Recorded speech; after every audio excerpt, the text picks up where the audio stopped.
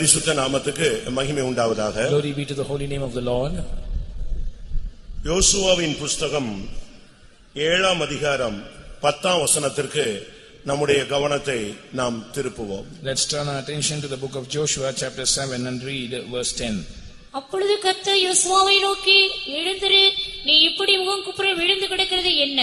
And the Lord said unto Joshua, get thee up, wherefore liest thou thus upon thy face? கர்த்தருடைய பரிசுத்த நாமத்துக்கு மகிமை உண்டாவதாக. Glory be to the holy name of the Lord. ஒரு தேவனுடைய மனிதனை பார்த்து தேவன் அவனோடு பேச ஆரம்பிக்கிறார்.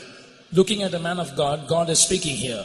ஏனென்றால் அப்பொழுது அவனுடைய நிலவரம் மிகவும் மோசமாக தரம் தாழ்ந்து காணப்பட்டது.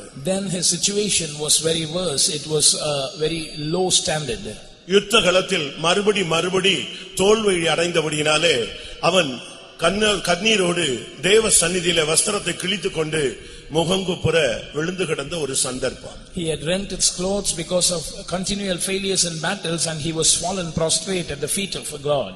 கர்த்தருடைய பரிசுத்த நாமத்துக்கு மகிமை உண்டாவதாக. Glory be to the holy name of the Lord. ஒரு தேவனுடைய பிள்ளை வாக்குத்தத்தம் பெற்றவன், ஒருவனும் உனக்கு முன்பாக நிற்பதில்லை என்ற வாக்குத்தத்தத்தை பெற்ற ஒரே மனிதன் இப்பொழுது தோல்வியடைந்து முகங்குப்புற விழுந்து கிடந்த ஒரு சந்தர்ப்பத்தை நாம் இப்பொழுது வாசிக்க கேட்டோம். A child of God, a man of God who only had received the promise that none can able to stand against thee, now is fallen at the presence of God. யோசுவாவின் புத்தகம் 1ஆம் அதிகாரம் 5ஆம் வசனத்திலே பார்க்கும் பொழுது, நீ உயிரோடு இருக்கும் நாளெல்லாம் ஒருவனும் உனக்கு முன்பாக நிற்பதே எதிர்த்து நிற்பதே இல்லை. Joshua 1:5 we read that there shall not any man be able to stand before thee all the days of thy life. இப்பொழுதோ எதிர்த்து நின்று அடி வாங்கி தோற்று போய் ஆண்டவருடைய சன்னிதானத்திலே முகங்குப்புற விழுந்து வஸ்திரத்தை கிழித்துக் கொண்டு தலையின் மேலே புழுதியை போட்டுக்கொண்டு விழுந்து கிடக்கிற ஒரு மனிதனோடு கர்த்தர் பேசுகிறார். But now the Lord is speaking to this man who has rent his clothes, who has put ashes upon his head, and who is fallen at the feet of God. அவனோடு இருந்ததான ஜனங்கள் அவனை எழுப்ப முடியவில்லை. The people who were with him could not make him to arise. அவனோடு வந்து அவர்களுக்கு பேச துணிவு இல்லை. They did not dare to come and speak with him. ஏனென்றால் அடிமேலே அடி விழுந்தபடியினாலே அவன் சோர்ந்து விடாய்த்து முகங்குப்புற விழுந்து கிடக்கிறான். அவன் ஒரு சாதாரண மனிதன் அல்ல, அவன் யோசுவா. He was not an ordinary man, he was Joshua, but because of continual failures, he is now bowed down, fallen at the feet of God. மோசேயினால் செய்ய முடியாத ஊழியத்தை கர்த்தர் நம்பி அவன் கையிலே கொடுத்திருந்தார். The ministry that Moses could not accomplish, the Lord trusted Joshua and entrusted this ministry into his hands. யோர்தானை கடக்க முடியாமல் மோசே தன்னுடைய ஓட்டத்தை முடித்த பொழுது மிகப்பெரிய பொறுப்பும் உத்தரவாதமும் இவனுடைய தோள்களின் மேலே வந்தது. பயத்தோடு இருந்த பொழுது, நான் மோசேயோடு இருந்தது போல உன்னோடு கூட இருப்பேன், உன்னை விட்டு நான் விலகுவதில்லை, உன்னை கைவிடுவதில்லை, உனக்கு முன்பாக ஒருவனை எதிர்த்து நிற்பதில்லை என்று சொல்லி அழைத்து கொண்டு வந்தாரே, அந்த மனிதன் இப்பொழுது முகங்குப்புற விழுந்து கிடந்தார். This man who was entrusted with the ministry, with the responsibility that Moses could not accomplish, but he died before crossing Jordan, Joshua now is fallen at the feet of God, prostrate. திடீரென்று அவனுக்கு ஒரு சத்தம். Suddenly a voice. எழுந்திரு, arise. அருமையான தேவனுடைய ஜனமே, இந்த மாலை வேளையில் இந்த கடைசி கூட்டத்தில் கர்த்தர் உனக்கு கொடுக்கிற ஒரே வார்த்தை, நீ இருக்கிற நிலவரத்திலிருந்து நீ எழுந்திரு. In this final meeting, beloved child of God, the one word that God is giving you is arise from the situation where you are. இந்த கடைசி கூட்டத்தில் தேவனுடைய வார்த்தை, தேவனுடைய தூது, அருமையான என்னுடைய மகனே, அருமையான என்னுடைய மகளே, முகங்குப்புற விழுந்து அழுது கொண்டு வாழ்க்கையிலே எல்லாம் போய்விட்டது என்று எண்ணிக்கொண்டிருக்கிறாயே, நீ எழுந்திரு என்று கர்த்தர் உன்னோடு பேசிக் கொண்டிருக்கிறார். You who are lying upon your face and lamenting, saying that I have lost everything in life, beloved son of God, beloved daughter of God, the Lord is telling you in this final meeting, arise. வாழ்க்கை முடிந்து போய்விட்டது என்று ஒரு வல்லமை உன்னோடு பேசிக் கொண்டிருக்கிறது. A power is speaking to you, saying my life is over. நீ தோற்று போய்விட்டாய் என்று இன்னொரு சக்தி உன்னோடு பேசுகிறது. Another power is speaking to you, saying that you are already defeated. இனி உனக்கு வாழ்க்கை எதிர்காலம் ஃபியூச்சர் இல்லை என்று இன்னொரு ஆவி உன்னோடு பேசுகிறது. Another spirit is speaking to you, saying that there is no future for you in this life. இதோடு முடிந்து விட்டது என்று இன்னொரு வல்லமை உன்னோடு கொக்கரித்துக் கொண்டிருக்கிறது. Another power is roaring, saying that everything is over. இனிமேல் நீ எழும்ப முடியாது. Henceforth you cannot arise. நீ இனிமே விழுந்து கிடந்ததுதான் என்று என்று இன்னொரு வல்லமை உன்னோடு போராடி கொண்டிருக்கிறது. Another power is striving against you, saying that you who are fallen will remain fallen. இந்த நேரத்திலே தெய்வத்திலிருந்து ஒரு மாலையில் இந்த மாலை வேளையிலே ஒரு வார்த்தை வருகிறது. என் மகளே, என் மகளே, முகங்குப்புற விழுந்து கிடக்கிறது என்ன? நீ எழுந்திரு.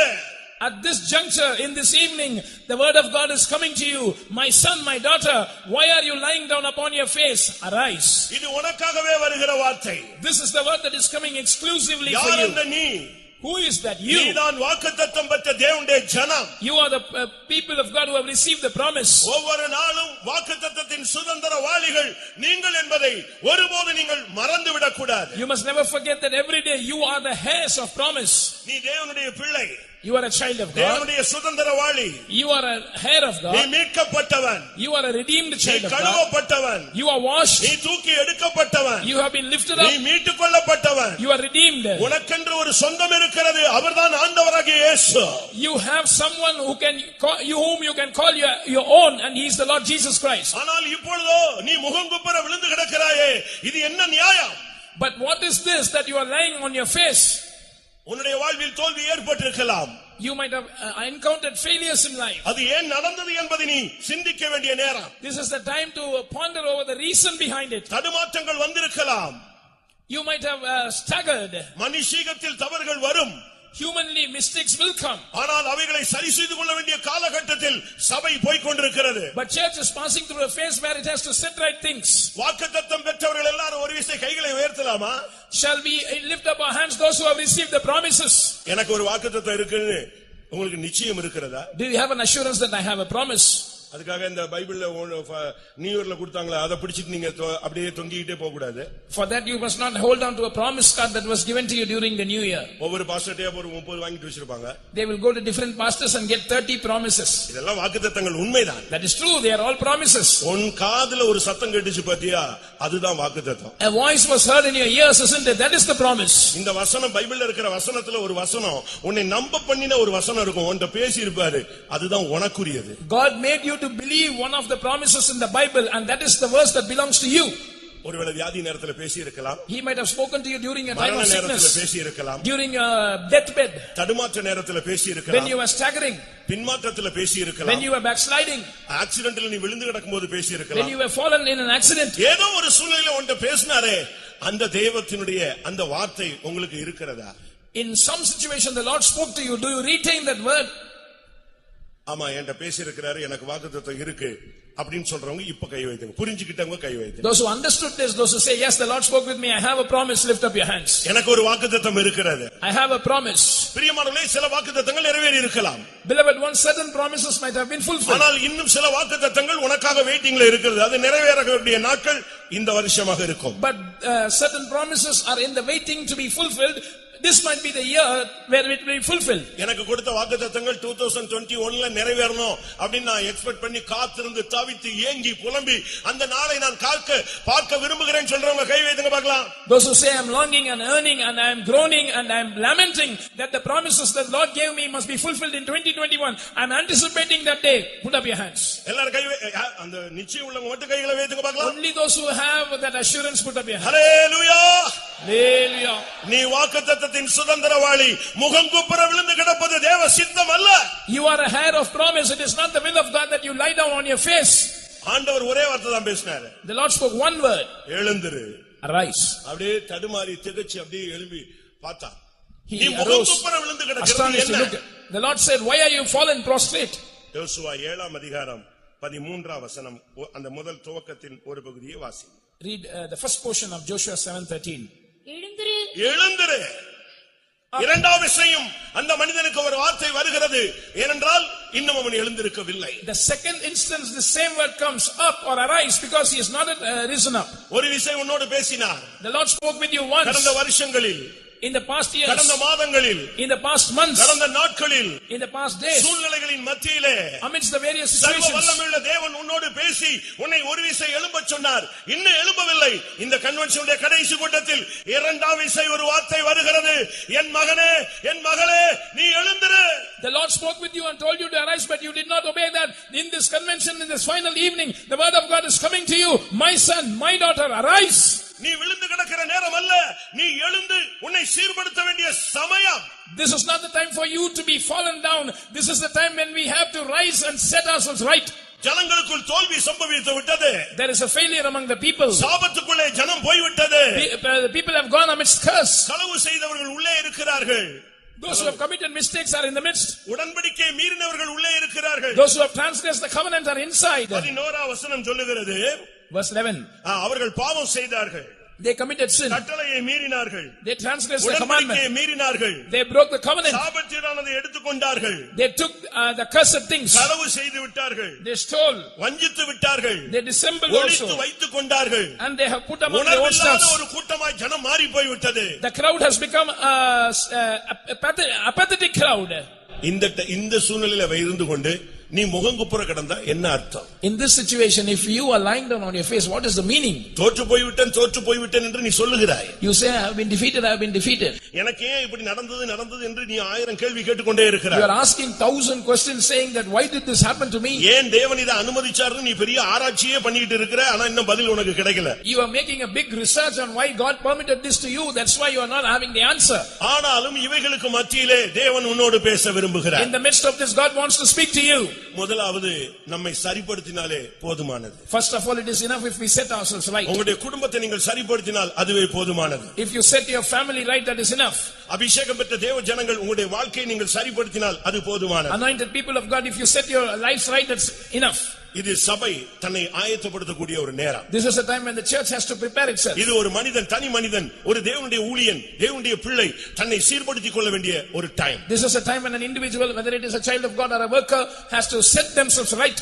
இது பரிசுத்தம் பண்ணக்கூடிய ஒரு time. This is the time to sanctify ourselves. 7:13 கர்த்தர் பேசும் பொழுது, when God speaks in Joshua 7:13, ஜனங்களை பரிசுத்தம் பண்ணி சொல்ல வேண்டியது என்னவென்றால், நாளைய தினத்துக்கு உங்களை பரிசுத்தம் பண்ணிக்கொள்ளுங்கள். Sanctify the people and say, sanctify yourselves against tomorrow.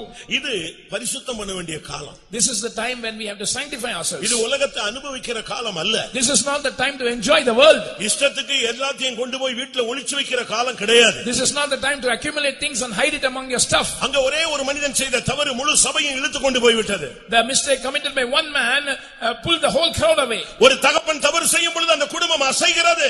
When a father commits a mistake, the family is shaken. ஒரு தாய் தவறு செய்யும் பொழுது அந்த குடும்பம் நாசமடைகிறது. When a mother does a mistake, the family is ruined. ஒரு பிள்ளை தவறு செய்யும் பொழுது அந்த குடும்பம் நிந்தைகளை அவமானங்களை சகிக்கிறது. When a child commits mistake, the family endures shame and reproach. ஒரு விசுவாசி தவறு செய்யும் பொழுது சபை அசைகிறது. When a believer commits mistake, the church shakes. ஒரு ஊழியன் தவறு செய்யும் பொழுது அந்த சபை நாசமாகவே போய் விடுகிறது. When a servant of God commits a mistake, the church is ruined. இந்த நாட்கள் நாம் விழுந்து கிடக்கிற நாட்கள் அல்ல, எழுந்து ஜனத்தை பரிசுத்தம் பண்ண வேண்டிய ஒரு நேரம். These are not the days when we must lie down to the ground. We have to arise and sanctify the people. சாபத்தீடானது சபைக்குள்ளே, விசுவாசிகளுக்குள்ளே, குடும்பங்களுக்குள்ளே, நமக்குள்ளே இருக்கும் வரை நாம் சத்துருவை எதிர்த்து நிற்க முடியாது என்கிற சத்தியத்தை தேவஜனம் புரிந்து கொள்ள வேண்டும். The people of God must understand the truth that until the accursed things are found in our lives, in our families, in the church, we cannot withstand the enemy. நான் திரும்பவும் சொல்லுகிறேன். I repeat. 13ஆம் வசனத்தினுடைய கடைசி பகுதி. The last portion of verse 13. சாபத்தீடானதை உங்கள் நடுவிலிருந்து நீங்கள் நீக்காவிட்டால் நீங்கள் உங்கள் சத்துருக்களுக்கு முன்பாக நிற்கவே முடியாது. Thou can't stand before thine enemies until he take away the accursed thing from among you. அருமையான தேவனுடைய ஜனமே, beloved people of God, இந்த கடைசி வார்த்தையை கேட்கும்படியாக ஆவலோடு வந்திருக்கிற அருமையான நண்பனே, you who have come eagerly to hear this last sermon, beloved, இந்த கடைசி கூட்டத்தில் நீ உன்னை பரிசுத்தம் பண்ண வேண்டிய நேரம். This is the time when you have to sanctify yourself even in this last meeting. உன் குடும்பத்தில் இருக்கிற சாபத்தை நீ வெளியே கொண்டு போக வேண்டும். You must take that accursed thing out of your family. அங்க சாபத்துக்கு என்ன காரணம் பிரியமானவர்களே? Beloved ones, what was the reason of the curse? 3 காரியத்தை எடுத்து ஒளிச்சு வச்சான்னு சின்ன குழந்தைகளுக்கு கேட்டா கூட சொல்லுவாங்க. Even the little children will answer that he hid 3 things. அவன் 3 காரியத்தை ஒளிச்சு வச்சிட்டான். He hid 3 things. ஒரு பொன் பாலம், golden pot, கொஞ்சம் வெள்ளி சேக்கல், and some shekels ஒரு of silver, அருமையான பாபிலோனிய சால்வை, and a goodly Babylonian garment. இந்த மூணையும் ஒளிச்சு வச்சான். இதுதான் இன்னைக்கு முகங்குப்புற விழா வைக்கிறதுக்கு காரணமாக மாறிவிட்டது. And he hid these 3 things, and that is why Joshua is now lying down to the ground. இது உன்னுடைய வாழ்க்கையில ஒளிஞ்சிருக்கான்னு கொஞ்சம் இப்ப டெஸ்ட் பண்ணி பார்க்கணும். Now you must test yourself and see whether these things are hidden in your life. ஒரு விசுவாசி பெரிய சாபத்துக்கேடான பெரிய பாவத்தை செய்ய போகிறது இல்ல. A believer is not going to do a great sin. கொஞ்ச நேரத்துக்கு முன்னால சாட்சியில் கேட்டீங்களா, மனசாட்சி கொஞ்சம் வேலை செய்யும். As you heard in the testimony a little while ago, the conscience will work. ஒரு ஊழியக்காரனும் மனப்பூர்வமா தப்பு செய்ய போறதில்ல. A servant of God also will not willingly commit sin. ஆனா ஏன் இன்னைக்கு விசுவாசி சபிக்கப்பட்டவனா சபைக்குள்ள கிடக்குறான்? But today why are believers lying in a cursed state in the ஊழியக்காரங்க church? சபிக்கப்பட்டவங்களா சபைக்குள்ள தேவனுடைய வீட்ல கிடக்குறாங்க? Why are servants of God in a cursed state in the house of God? Reason என்ன? What is the reason? அங்க ஒரே தவற ஆண்டவர் ஒவ்வொரு விதமாக பேசுகிறார். One mistake the Lord quotes it in different ways. அவங்க எடுத்து வச்சிட்டாங்க, அதுதான் தவறு. ஆனா களவு செஞ்சிட்டாங்கன்னு சொல்றாரு, வஞ்சிட்டாங்கன்னு சொல்றாரு, உடன்படிக்கை மீறிட்டான்னு சொல்றாரு, அவன் பாவம் செஞ்சிட்டான்னு சொல்றாரு, அவன் ஒளிச்சு வச்சிட்டான்னு சொல்றாரு, சாபத்தீடானதை வச்சிட்டான்னு சொல்றாரு. ஒரே பாவத்துக்கு எத்தனை குற்றச்சாட்டு என்பதை நீங்கள் சிந்தித்து பாருங்க. He took certain object, but the Lord accuses many accusations. He says they have sinned, they have transgressed my covenant, they have taken the accursed thing, they have stolen, they have dissembled also, and they have hid it among the stuffs. காரணம், அந்த பொன்னை ஒளித்து வைத்திருந்தான். Reason, he had hid that gold. அந்த வெள்ளியை ஒளித்து வைத்திருந்தான். He had hid that silver. அங்கே இருந்த அந்த பாபிலோனிய சால்வையை ஒளித்து வைத்திருந்தான். And he had hid that Babylonian garment. சபைக்குள்ள இருக்கிற சாபம் இதுதாங்க. This is the curse in the church, beloved. விசுவாசிகளுக்குள்ள இருக்கிற சாபம் இதுதான். This is the curse among the believers. ஊழியக்காரனுக்குள்ள ஃபெய்த்தமுக்குள்ள இருக்கிற சாபம் இதுதான். This is the curse amongst the servants of God in the faith home. வேற ஒரு சாபமும் இல்ல. No other curse. உன்னுடைய விசுவாச ஜீவியத்தை வெளியரங்கமாக செய்யாமல் விசுவாச ஜீவியத்தை ஒளிச்சு வைத்து விசுவாசத்தை செயலில்லாமல் மாற்றி விட்டாயே, அதுதான் உன்னுடைய சாபம்.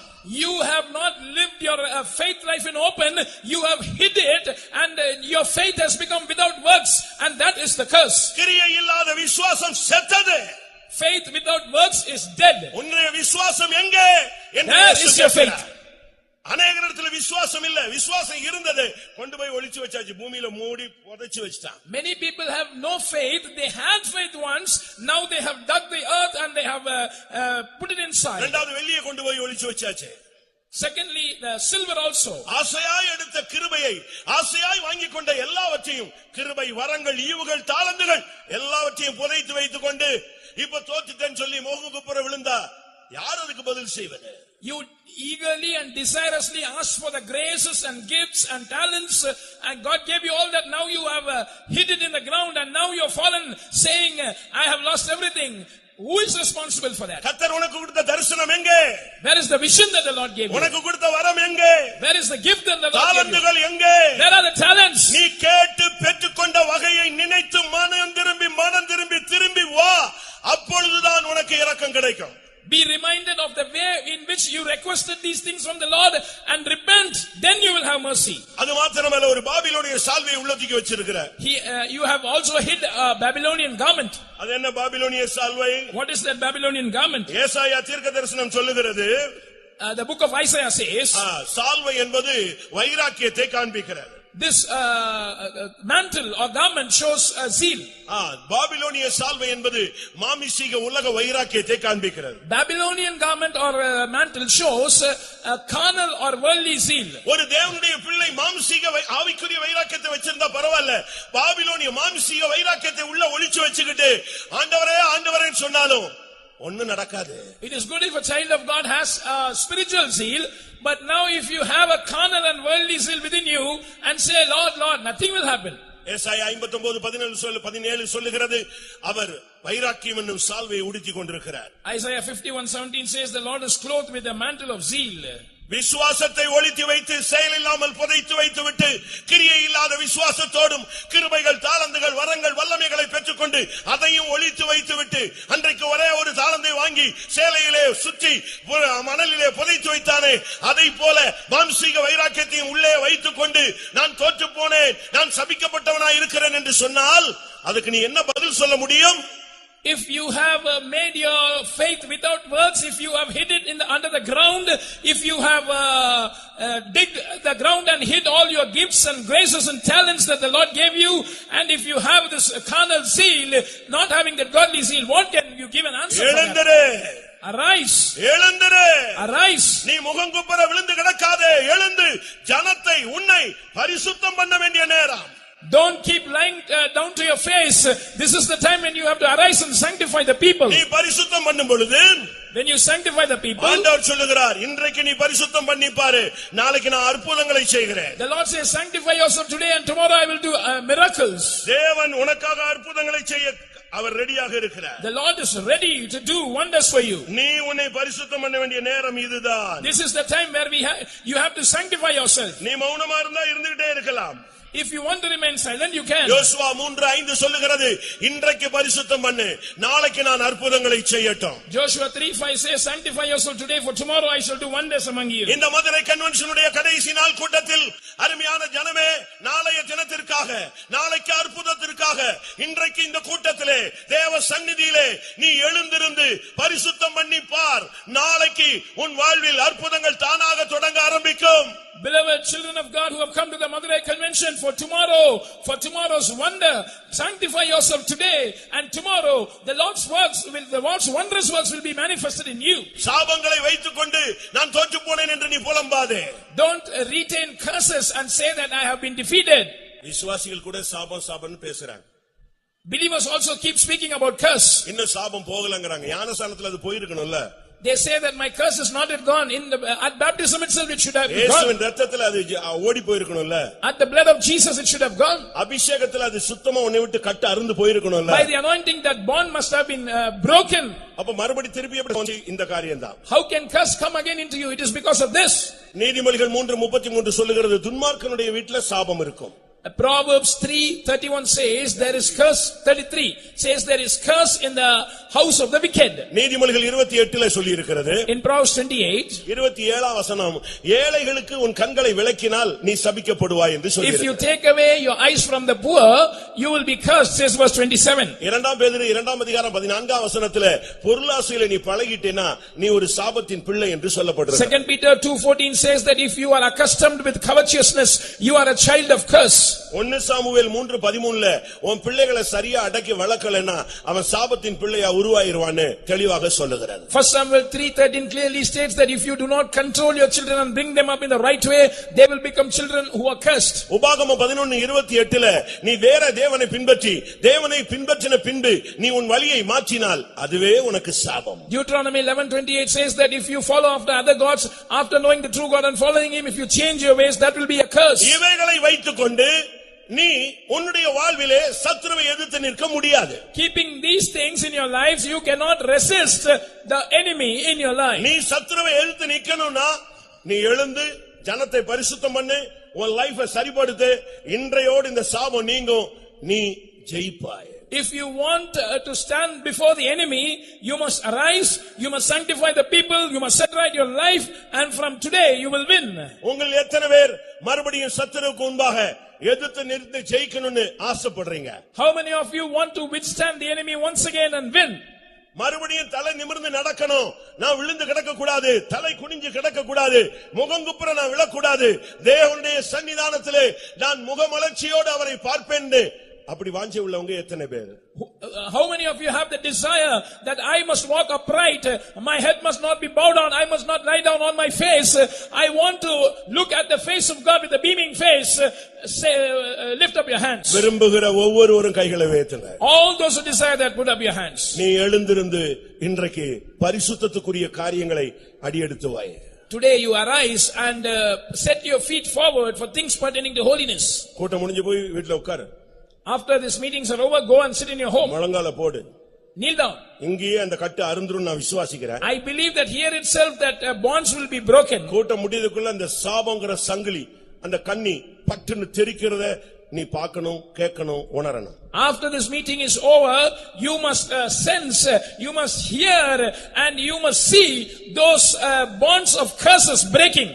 அதுக்கு நீ செய்ய வேண்டிய ஒரே வழி உன்னை உட்கார்ந்து சரிப்படுத்தணும். The only way to see that is to set right your life. ஒரு சிலர் எல்லாம் பிரசங்கத்தை மனைவிக்கு நினைச்சுக்கறாங்க. Some people think that the preaching is for my wife. ஒரு சிலர் பிரசங்கத்தை எல்லாம் அங்க அம்மாவுக்கு தான் நினைச்சுக்கறாங்க. Some people think that the message is for my mother. ஒரு இடத்துல நான் பிரசங்கம் பண்ணேன். I preached in one place. நல்ல பிரசங்கம் சூடு பிடிச்சு போயிட்டு இருக்கு. The message was heating up. அங்க இருந்து ஒருத்தன் என்ன கை காட்றான் அப்படிங்கறான். Someone is pointing out the finger and telling, அவன் அங்கே இருந்துட்டு எனக்கு சிக்னல் கொடுக்கறான். he is giving a signal to me. அப்ப இவன் இதுவரைக்கும் பிரசங்கத்தை தனக்குனே எடுக்கல. This man did not consider the message for him. Pastor டியோ அவர்கள் மும்பைல ஊழியம் செய்தபோது, When Pastor T.U. Thomas was serving in Mumbai, ஒரு சகோதரனுக்கு சகோதரிக்கு வீட்ல டெய்லி பிரச்சனை தான். daily there was a quarrel between a brother and a sister. எப்பனாலும் அந்த சகோதரன் இவங்களை குறை சொல்லிட்டே இருப்பார். The brother who is the husband will always blame the wife. காலையில 5 மணிக்கெல்லாம் அவரு FM ஸ்டார்ட் பண்ணுவார். இந்த FMB அதுல ஏதாவது வரும். இந்த சிஸ்டர் அப்பதான் ஏதாவது காபி போட்டுட்டு இருக்கும், இல்ல தூங்கிட்டு இருக்கும். எழும்பு காலையிலே கர்த்தர் உன்னைட்ட பேசணும்னு ஆசைப்படுறாரு பாரு, உன்னை தான் பேசுறாருன்னு சொல்லுவார். He would switch on the FM to some Christian program at morning 5 a.m. The wife would be making coffee, or perhaps she would be lying down. He would wake her up, tap her and saying, see, the Lord is speaking to you. ஒவ்வொரு சண்டேலயும் ஏதாவது brother சூடாயி சொல்லிட்டாருன்னா வீட்டுக்கு வந்த உடனே கர்த்தர் இன்னைக்கு திட்டவட்டமா உன்கிட்ட பேசி இருக்கிறாரு. Every Sunday, if the brother says something hot, he would come to the house and say, see, today the Lord is speaking to you. இவங்க போய் பாஸ்டர் டியு கிட்ட சொன்னாங்க. அப்ப ஒரு பிரதரா இருந்தாரு. This sister went and reported this to Pastor T.U. Thomas, who was then a brother. அவர் சொன்னாரு, இவருக்கு சர்ச்சில பேசினாலும் மண்டையில ஏற மாட்டேங்குது, நான் வீட்ல வந்து பேசுறேன். He said, I'm not able to advise him commonly in the church, so I'll come visiting to the home and speak to him. இவருக்காக 10-30 வசனம் ரெடி பண்ணிட்டு வீட்டுக்கு போனாரு. And he prepared 10 to 30 verses for him and went to the house. வீட்ல போய் ரெண்டு பேரை வச்சு தனியா உட்கார வச்சு அட்டகாசமா பேசினார். And he made both of them to be seated and he was speaking to them. இவர் பேச அந்த சகோதரன் தலையை ஆட்டின உடனே பாஸ்டர் டிவிக்கு பயங்கர சந்தோஷம், மண்டையில ஏறிச்சு போல் இருக்கு. And this brother was nodding his head and listening patiently, so Pastor T.U. was happy that he has understood the thing. ஒரு மணி நேரம் பேசி முடிச்சாரு. After 1 hour of lecture, அந்த ஐயா சொன்னாரு, that brother said, உனக்காக பிரதர் எவ்வளவு கஷ்டப்பட்டு வசனம் எல்லாம் எடுத்து வந்திருக்காரு பாத்தியா. see how with how much difficulty brother has brought all these verses for you. அதே மாதிரி இப்ப கடைசி கூட்டத்துல சாபம் நீங்கிறதுக்கு நான் வழி சொல்லிக்கிட்டு இருக்கிறேன். என் வைஃபால தான் ஆதாமா மாறிடாதீங்க, ஏவாளா மாறிடாதீங்க, உங்களை நீங்களே இப்ப பரிசுத்தம் பண்ண வேண்டிய time. So when I am sharing the word of God with you in this last meeting, don't become an Adam or Eve accusing each other. The word of God is for you. This is the time to sanctify yourself. ஆண்டவர் ஒன்றதான் பேசுறாரு. ஏன் நீ முகங்குப்புற விழுந்து கிடக்கிறது என்ன? நீ எழுந்திரு. The Lord is speaking to you saying, why are you lying down to your face? நீ சத்துருவுக்கு முன்பாக நிற்க முடியாமல் நீ தடுமாறுகிறாய். You are staggering, unable to stand before the enemy. உனக்கு நல்ல வாக்குத்தத்தங்கள் உண்டு. You have good promises. நல்ல தரிசனம் உண்டு. Good vision. நல்ல ஊழியம் உண்டு. Good ministry. நல்ல அழைப்பு உண்டு. Good calling. நல்ல நம்பிக்கை உண்டு. Good hope. நல்ல நிச்சயம் உண்டு. Good assurance. ஆனால் இப்பொழுது ஏன் நீ முகங்குப்புற விழுந்து கிடக்கிறாய்? Why are you fallen upon your face? அபிஷேகம் பெற்ற தேவனுடைய ஜனமே, தேவனுடைய சபையே, முகங்குப்புற விழுந்து கிடக்கிறது என்ன? எழுந்திரு. Anointed child of God, O church of God, why are you fallen down upon your face? Arise. ஆண்டவருடைய சமூகத்திலே குடும்பமாய் உட்கார்ந்து உங்களை பரிசுத்தம் பண்ணுங்க. Sit as a family in the presence of God. Sanctify yourself. எல்லா குற்றத்தையும் உங்கள் மேல் ஏற்றுக்கொள்ளுங்கள். Take all the blame upon you. இப்படி புருஷன் குற்றத்தை மனைவி குற்றத்தை புருஷன் ஒருத்தர் குற்றத்தை ஏற்றுக்கொண்டு ஒருவருக்கொருவர் ஜெபம் பண்ணும் பொழுது இந்த கன்வென்ஷனுடைய கடைசி கூட்டத்திலே மதுரை சென்ட்ரல்ல உள்ள குடும்பங்கள் உள்ள சாபங்கள் தெரிக்கும். When you take the fault of others upon you, when you pray for one another, at the end of this convention, the curses in all the families of Madurai Center will break. கர்த்தருடைய பரிசுத்த நாமத்துக்கு மகிமை உண்டாவதாக. Glory be to the holy name of the Lord. அப்போஸ்தலர் 12 அதிகாரம் 7 வசனத்தை நாம் பார்க்கும் பொழுது, coming to Acts of the Apostles chapter 12 and verse 7, இங்கே ஒரு தூதன் வந்து ஒரு வார்த்தை சொல்லுகிறான், நீ எழுந்திரு. Here an angel comes and tells a word, arise. அப்படியானால் என்ன அர்த்தம்? What is the meaning of that? பழைய ஏற்பாடானாலும் சரி புதிய ஏற்பாடானாலும் சரி தேவனுடைய ஜனம் எழுந்திருக்க வேண்டிய காலம் இதுவே. If it is Old Testament or if it is New Testament, this is the time when the people of God have to arise. இங்கே பிரதானமான ஒரு அப்போஸ்தலனுக்கு தேவதூதன் வந்து வார்த்தை சொல்லுகிறார். Here the angel of God is sent to a chief apostle and says this word. அங்கே நடந்தது என்ன? What happened? ஏரோது ஏற்கனவே யாக்கோபை கொலை செய்து விடுகிறார். Herod had already killed James. யோவானுடைய சகோதரனாகிய யாக்கோபை அவன் பட்டயத்தினால் கொலை செய்தான் என்று 2 வசனம் சொல்லுகிறது. Verse 2 says Herod killed James the brother of John with the sword. அப்போஸ்தலர் 12:2ல சொல்லப்பட்டிருக்கிறது. Acts 12:2 says that. அப்படி கொன்றதை ஜனங்கள் வரவேற்றார்கள். People were pleased with that killing. அப்போஸ்தலர்களை கொன்றா ஜனங்கள்லாம் ரொம்ப இன்ட்ரஸ்டா இருக்காங்கன்னு சொல்லி அடுத்து பேதுருவை டார்கெட் பண்ணிட்டான். So the people are very much pleased when the apostles are being slaughtered. So Herod targeted Peter. அவனுக்கு எப்படியாவது பேதுருவை காலி பண்ணிட்டா இன்னும் ஜனங்கள் உற்சாகமாயிருவாங்க. So he thought people would be welcoming it further if Peter is killed. ஆனபடியால் பேதுருவை பிடிச்சு ஜெயில்ல வச்சிட்டான். Now he had put Peter in the prison. அருமையான தேவனுடைய ஜனமே, beloved people of God, உன்னை அழிப்பது பிசாசுக்கு ரொம்ப இன்ட்ரஸ்டான ஒரு subject. It is a very interesting subject for the devil to destroy you. உன்னை திருடுவது, உன்னை கொல்லுவது, உன்னை அழிப்பது, உன்னை ஒண்ணுமில்லாம உன்னை அப்படியே பிரேக் பண்ணி முகங்குப்புற உன்னை விழ வைக்கிறது உன்னை கட்டுகிறது, உன்னை சிறைச்சாலையில போடுகிறது, உன்னை வேதனைப்படுத்துவது பிசாசுனுடைய ஒரு ஆசை. To kill you, to steal you, to destroy you, to bound, to make you be bound, to make your head bowed down, to make you lie down upon your face, and to imprison you. These are all things that the devil likes very much. இது பிசாசுனுடைய வாஞ்சை, இல்லாண்ட பார்வோனுடைய ஆசை. This is the desire of Satan or the desire of Pharaoh. யாத்திராகமம் 15:9 நீங்க படிச்சு பாத்தீங்கன்னா, When you see Exodus 15:9, தொடருவேன், பிடிப்பேன், கொள்ளையாடி பங்கிடுவேன், என் ஆசை அவர்களிடத்தில் திருப்தியாகும், என் பட்டயத்தை உருவுவேன், என் கை அவர்களை சங்கரிக்கும் என்று பகைஞன் சொன்னான். There we read that the enemy said that I will follow, I will overtake, I will divide the spoil, my lust shall be satisfied with them, I will draw my sword and my hand shall destroy them. ஊழியக்காரங்களை தொடருவேன், பிடிப்பேன், அவர்களை அழிப்பேன், அவர்களை வியாதியிலே படுக்க வைப்பேன், மரண படுக்கையிலே வைப்பேன், அவிசுவாசிகளாய் அவர்களை மாற்றுவேன், அவர்களுடைய ஊழியத்தை நான் தடுத்து நிறுத்துவேன். இதுதான் பிசாசனுடைய எண்ணம்.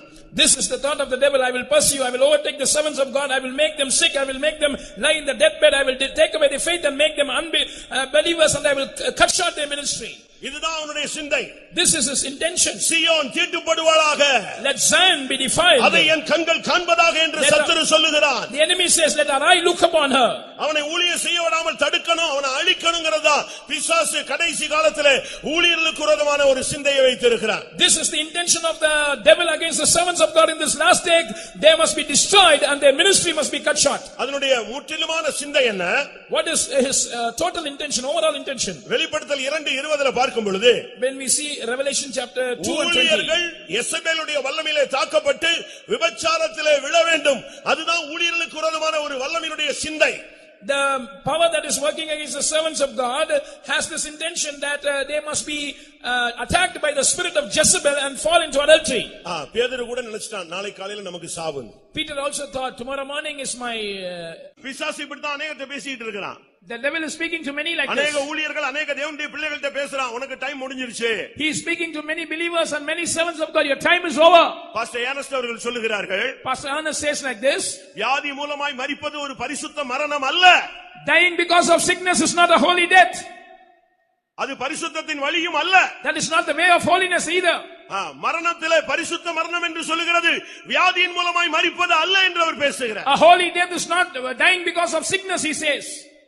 இன்னைக்கு உங்களுக்கு இருக்கிற வியாதியினுடைய காரணம் உன்னை ஊழியம் செய்ய விடாம உன்னை அழிக்க முடியாத அந்த வல்லமை போராடுது. The reason of your sickness is that it wants to hinder you from ministering unto God. It wants to destroy you. Pastor டியூ பிரதரா இருக்கும்போது, when Pastor T.U. Thomas was a brother, அவர் சுகர்னால ரொம்ப பாதிக்கப்பட்டார். he was affected much with diabetes. அதிக கஷ்டப்பட்டார். He was suffering but அப்ப greatly. அவருக்குள்ள இருந்த அறிவு என்னன்னா, இந்த வியாதியின் மூலமா நம்ம இப்ப பரலோகத்துக்கு போறோம். But he had this thought that because of this sickness I am going to go to heaven. நான் டெய்லி உட்கார்ந்து சுத்திச்சிட்டே இருக்கேன். Every day I am sanctifying myself. Daily நான் பிரைஸ் பண்ணிட்டே இருக்கேன். Every day I am praising God. நல்ல அபிஷேகம் நிரம்பிட்டே இருக்கேன். I am getting filled in the spirit. Doctors எல்லாம் சொல்லி, விசுவாசி டாக்டர்ஸ் சொல்லிட்டாங்க, இன்னும் கொஞ்ச நாள்ல செத்துருவீங்கன்னு. The believers doctors had said that in a short while you will die. இப்படிதான் அவர் சிந்திச்சு அவர் உட்கார்ந்து இருந்தார். He was also thinking along these ஒவ்வொரு lines. நாளும் தன்னை ஆயத்தப்படுத்துவது. Every day he was preparing himself. ஒரு நாள் காலையில அதிகாலையில ஜெபம் அங்க நடந்துட்டு இருக்கும்போது, one day early morning when the prayer was going on, இவர் பெட்ல உட்கார்ந்து அப்படியே உட்கார்ந்து நோஞ்சா மாதிரி உட்கார்ந்து ஸ்தோத்திரம் பண்ணிட்டு அபிஷேகம் நிறைஞ்சிட்டு இருந்தார். he was like a sickly person on his bed. He was praising God and getting filled in the spirit. Suddenly அவருக்கு உள்ள இருந்து ஒரு கருப்பு உருவம் குதிச்சு வெளியே வந்து நின்னுச்சு. a black figure jumped out of him and stood out. அப்படியே திரும்பி பார்த்தாரு. He turned and saw that. நான் ஊழியக்காரன், I am a servant of God, அபிஷேகம் பெற்றவன், I am anointed. இன்னும் நாலு பரலோகத்துக்கு போறதுக்கு ரெடி ஆகிட்டு இருக்கேன். in 4 days I am preparing to go to heaven. எனக்குள்ள இருந்து ஒரு கருப்பு உருவமா, a black demon out of me. What is this? ஆவியில் நிறைஞ்சிட்டு இருக்கும்போது எனக்குள்ள இருந்து தானே வெளியே வந்து நிக்குது. இது I am sure when I got filled in the spirit it is coming out of me. இது என்ன ஆண்டவரே? நான் what is this, Lord? இதுதான் உனக்குள்ள இருந்த சுகர் ஆவி அப்படின்னு ஒரு சத்தம் கேட்டுச்சு. He heard a voice. This was the spirit of diabetes that was in you. உடனே ஒரு அபிஷேகத்தில் நிறைஞ்சிட்டாரு. Immediately he got filled in the spirit. அது ஒரு மனுஷ ஆவி மேலயே அப்படியே ஃபெய்த்தம் விட்டு வெளியே போய் ரோட்டை கிராஸ் பண்ணி எதிர்த்தாக்குல இருந்த சீக்கியர்களுடைய குருத்துவார சைடுல போய் அது வாட்டுக்கு அப்படியே போயிடுச்சு. Just like a human being walks, the spirit walked out of the Faitum, crossed the road. There was a Gurudwara nearby. It went by the side of the Gurudwara. Sugar வியாதியில இருக்கிறவங்க இப்ப கை வைக்க மாட்டீங்க. If I ask to lift up your hands, you will not lift up your hands, those who have the spirit of diabetes. கொஞ்சம் முன்னால நான் டெக்னிக்கலா பேசியிருந்தா நீங்க எல்லாரும் இப்ப கை வைத்திருப்பீங்க. If I had spoken technically, you could have lifted up. இப்போ 2000 ஆவியை கண்டுபிடிச்சிருக்கலாம். Now we can diagnose that spirit. அப்படிதானே? ஏன்னா இப்ப எல்லாருமே ஒரு டிகிரி மாதிரி அதை வாங்கி வச்சிருக்கு. Now everyone have that as a degree. நான் யாரையும் பரியாசம் பண்ணல. I am not mocking at anyone. நல்லா புரிஞ்சுக்கணும், அந்த வியாதிக்கு பின்னால அந்த ஆவி இருந்தது அவர் சொல்றார். அபிஷேகத்துல நிறையும் பொழுது அது வெளியே போனது. அவருடைய அந்த சுகருடைய சிம்டம்ஸ் எல்லாமே அவரை விட்டு விலகிருச்சு. எல்லாரும் சொன்னாங்க செக் பண்ணி பாருன்னு. இல்ல நான் தேவனை சோதிக்க ரெடி இல்லைன்னு சொன்னாரு. அடுத்த மாசத்துல அவருக்கு ஃபாரினுக்கு வாய்ப்பு கிடைச்சது. மெடிக்கல் செக்கப்ல ஜெயிச்சிட்டாரு. அதுக்கு பிறகு ஃபாரின்ல ஊழியம் செஞ்சு சீப் பாஸ்டா வந்து சேர்ந்தாரு. சுகர் உன்னை அழிக்கும்படியான சக்தி என்பதை நீ புரிந்து கொள்ள வேண்டும். Understand what Pastor T. Thomas says. He clearly said that there was a spirit behind that sickness. But when people said, diagnose yourself and check it, he refused to tempt God. But the next month he got an opportunity to serve God abroad. And when medical examination was done, he did not have that diabetes. And he served God abroad in many countries. He was overcome that sickness and he also became a chief pastor. பிரியமானவர்களே, அப்போஸ்தலனாகிய பேதுருவை காலையில விசாரணை என்ற பெயரிலே கொல்லும்படியாக அவன் தீர்மானித்த பொழுது, இரவிலே ஒரு தூதன் வந்து நீ எழுந்திரு, சீக்கிரமா எழுந்திரு என்று அவனை தட்டி எழுப்பினதாக அப்போஸ்தலர் 12:7 வாசிக்கிறோம். வாசிக்கலாம். When Peter was imprisoned in the name of a trial, Herod was planning to execute him the next day. At midnight an angel came and said, arise. We read about that in Acts 12:7. அறையிலே வெளிச்சம் பிரகாசித்தது. அவன் பேதுருவை வினாவிலே தட்டி சீக்கிரமாய் எழுந்திரு என்று அவனை எழுப்பினான். உடனே சங்கிலிகள் அவன் கைகளிலிருந்து விழுந்தது. சீக்கிரமாய் எழுந்திரு, Arise quickly. சிறைச்சாலையிலே பலவிதமான கட்டுகளுக்குள்ளே வாழ்க்கையிலே போய்கொண்டிருக்கிற சகோதரனே சகோதரியே, நீ சீக்கிரமாய் எழுந்திரு என்ற அந்த வார்த்தை கேட்டபோது அவன் எழும்பினான். உடனே அவன் கைகளிலிருந்து சங்கிலிகள் கீழே விழுந்தது. Brother, sister who is imprisoned, bound by many things, when he heard this voice, arise quickly, immediately he arose and all his fetters and chains broke. ஒரு விசை யோசுவாவோடு பேசின பொழுது எழும்பவில்லை, மறுவிசை அவனோடு பேசின பொழுது எழும்பினான். ஆனால் இன்றைக்கு புதிய ஏற்பாட்டிலே சீக்கிரமாய் எழுந்திரு. When the Lord spoke with Joshua once to arise, he did not do that. But the Lord spoke the second time and he arose. But today to the New Testament church, the voice of the Lord comes, arise quickly. சீக்கிரமாய் எழுந்திரு என்று சொன்ன உடனே அவன் எழும்பிட்டான். எல்லா சங்கிலிகளும் விழுந்துருச்சு. When it was told him, arise quickly, he arose immediately and all the chains fell off. அவன் வெளியே வர்றான். He came out. எல்லா கதவும் திறக்குது. All doors opened. அவன் நேரா போய் ஜனங்கள் விசுவாசிகள் ஜெபிச்சிட்டு இருந்த இடத்துக்கே போய் சேர்ந்துட்டான். He directly went to the place where the believers were praying. எவ்வளவு ஆச்சரியமான ஒரு காரியம். What a wonderful thing. பிரியமானவர்களே, இதை சமீபத்துல ஒரு புக்ல நான் ரொம்ப நாளைக்கு முன்னால படிச்சேன். யூன் என்கிற ஒரு சைனீஸ் ஒருத்தர் இருக்கிறார். I read before many days in a book, there is a Chinese called Yun. இப்ப கூட சமீபத்துல நான் இப்ப வேலூர்ல இருக்கும்போது கூட சென்னையில அவர் சமீபத்துல வந்து ஒரு மீட்டிங் சென்ட்ரல் ஸ்டேஷன் பக்கத்துல ஏஎல்எஸ்ல ஒரு மீட்டிங்ல பேசினாரு. போட்டோ எல்லாம் எடுக்க கூடாதுட்டாங்க. அவர் வந்துட்டு பேசிட்டு போனாரு. சகோதரர் யூன், Chinese missionary. Brother Yun, a Chinese missionary, he recently came to Chennai and spoke in ELS when I was serving God in Vellore, and I saw these photos. எங்க விசுவாசி நான் போறேன், அனுப்பா அந்த மனுஷனை பார்த்துட்டு வாயான்னு சொல்லி அனுப்புனேன். My believer said, I want to go and see him. I said, yes, you can go and see. நீ போய் பார்த்துட்டு வா. Go and see. உயிருள்ள ஒரு மெய் சாட்சி அவன் இருக்கிறான். He is a living testimony. இப்படி நடக்குமா? அப்போஸ்தலர் 12ஆம் அதிகாரத்தில் சொல்லப்பட்டது நடக்குமா? Will the incident that is mentioned in Acts chapter 12 happen? அவன் சைனீஸா இருக்கும்போது மிஷனரியா இருந்து அவன் அடிபட்டு ஜெயில்ல கிடக்குறான்.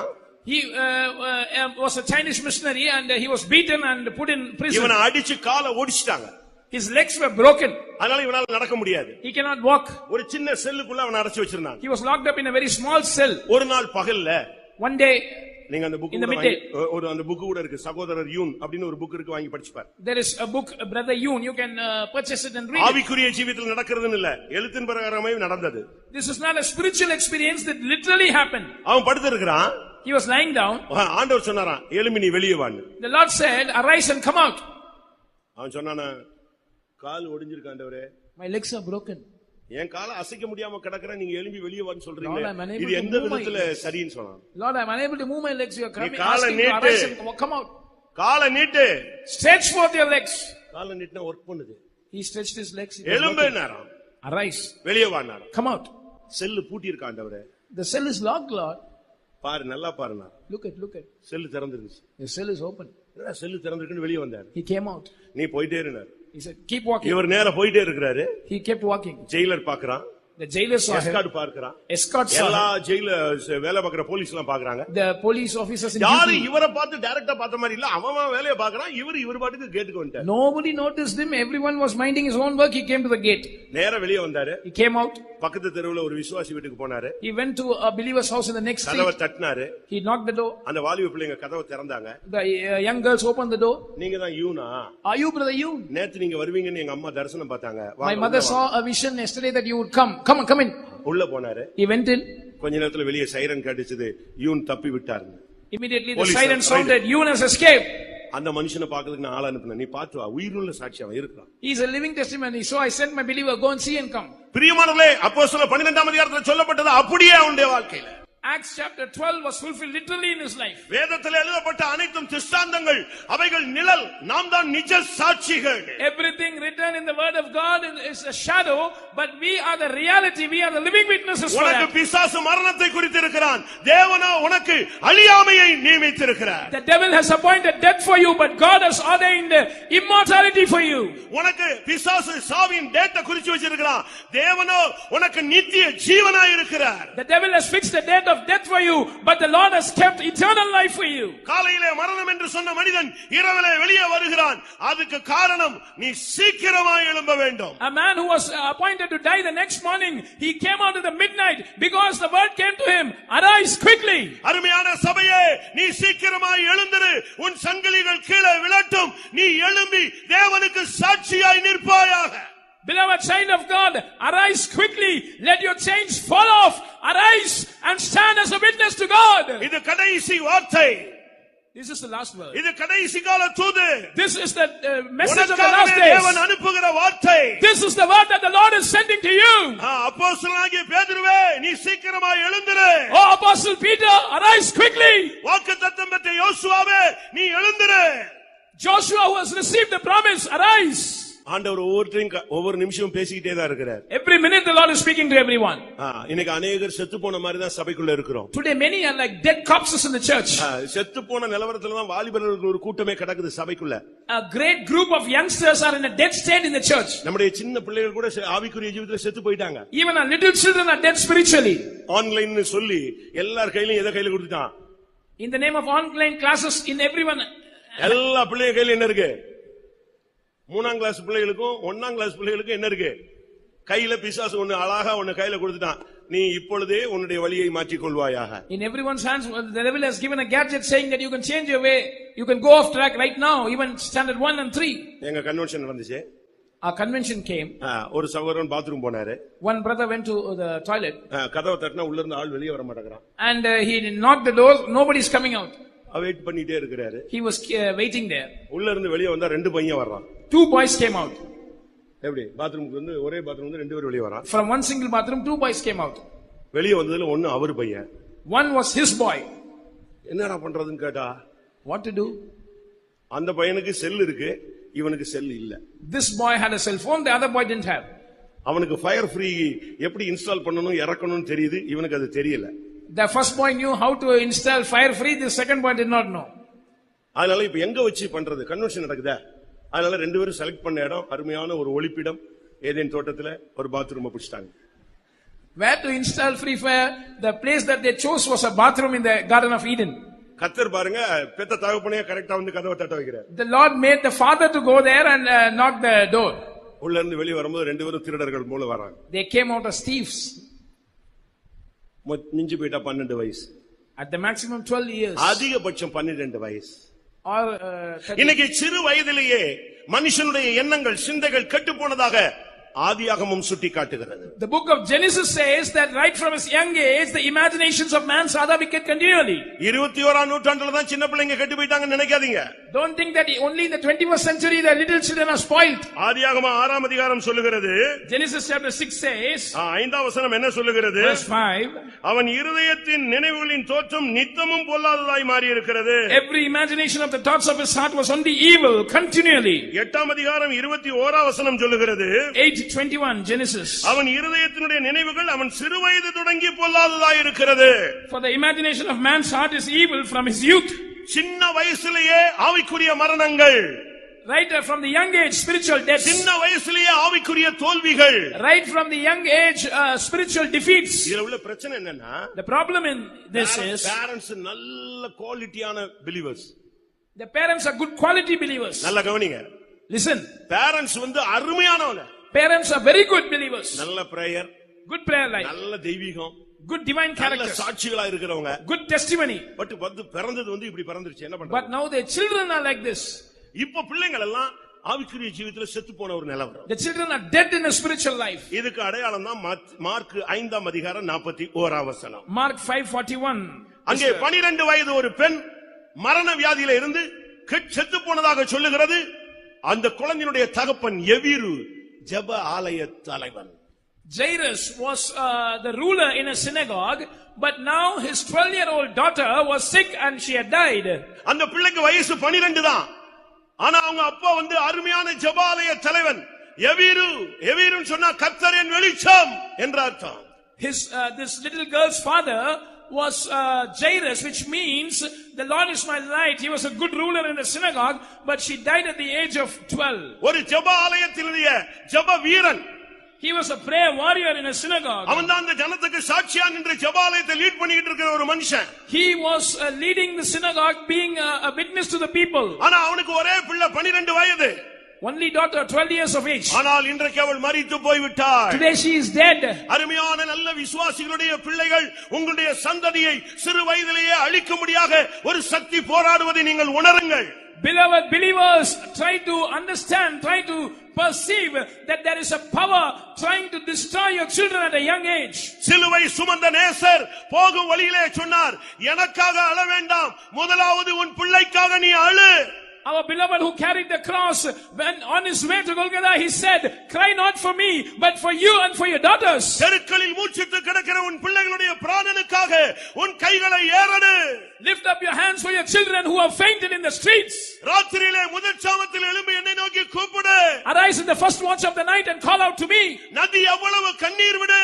Weep like a river. உன் கண் இமைகளை சும்மா இருக்க ஒட்டாதே.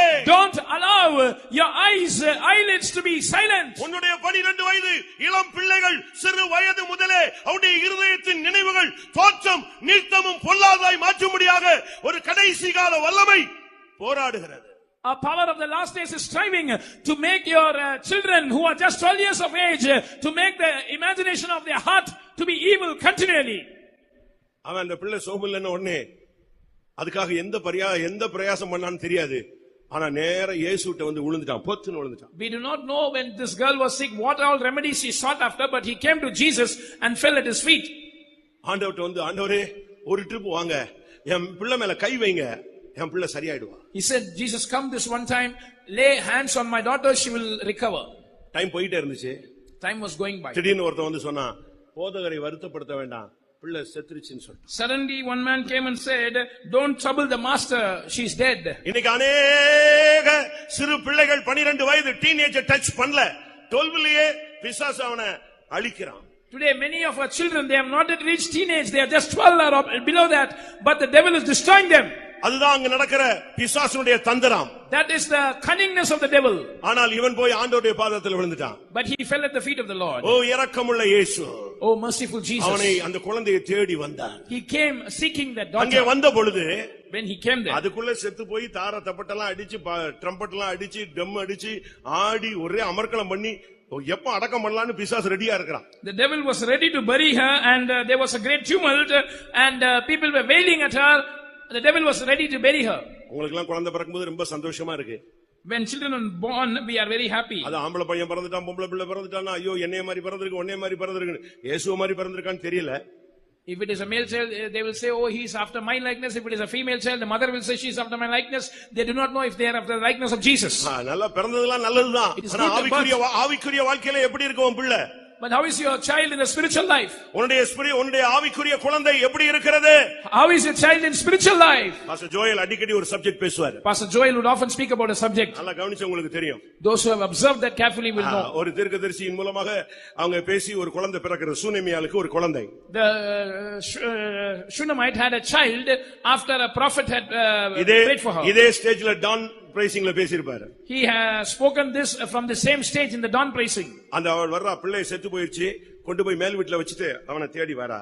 This child is now dead. She laid him on the upper chamber and came in search of the prophet. அவன் வந்த உடனே கேக்குறான். Immediately he asked, உன் புருஷன் சுகமா இருக்கிறானா? Is your husband நீ well? சுகமா இருக்கிறாயா? Are you doing well?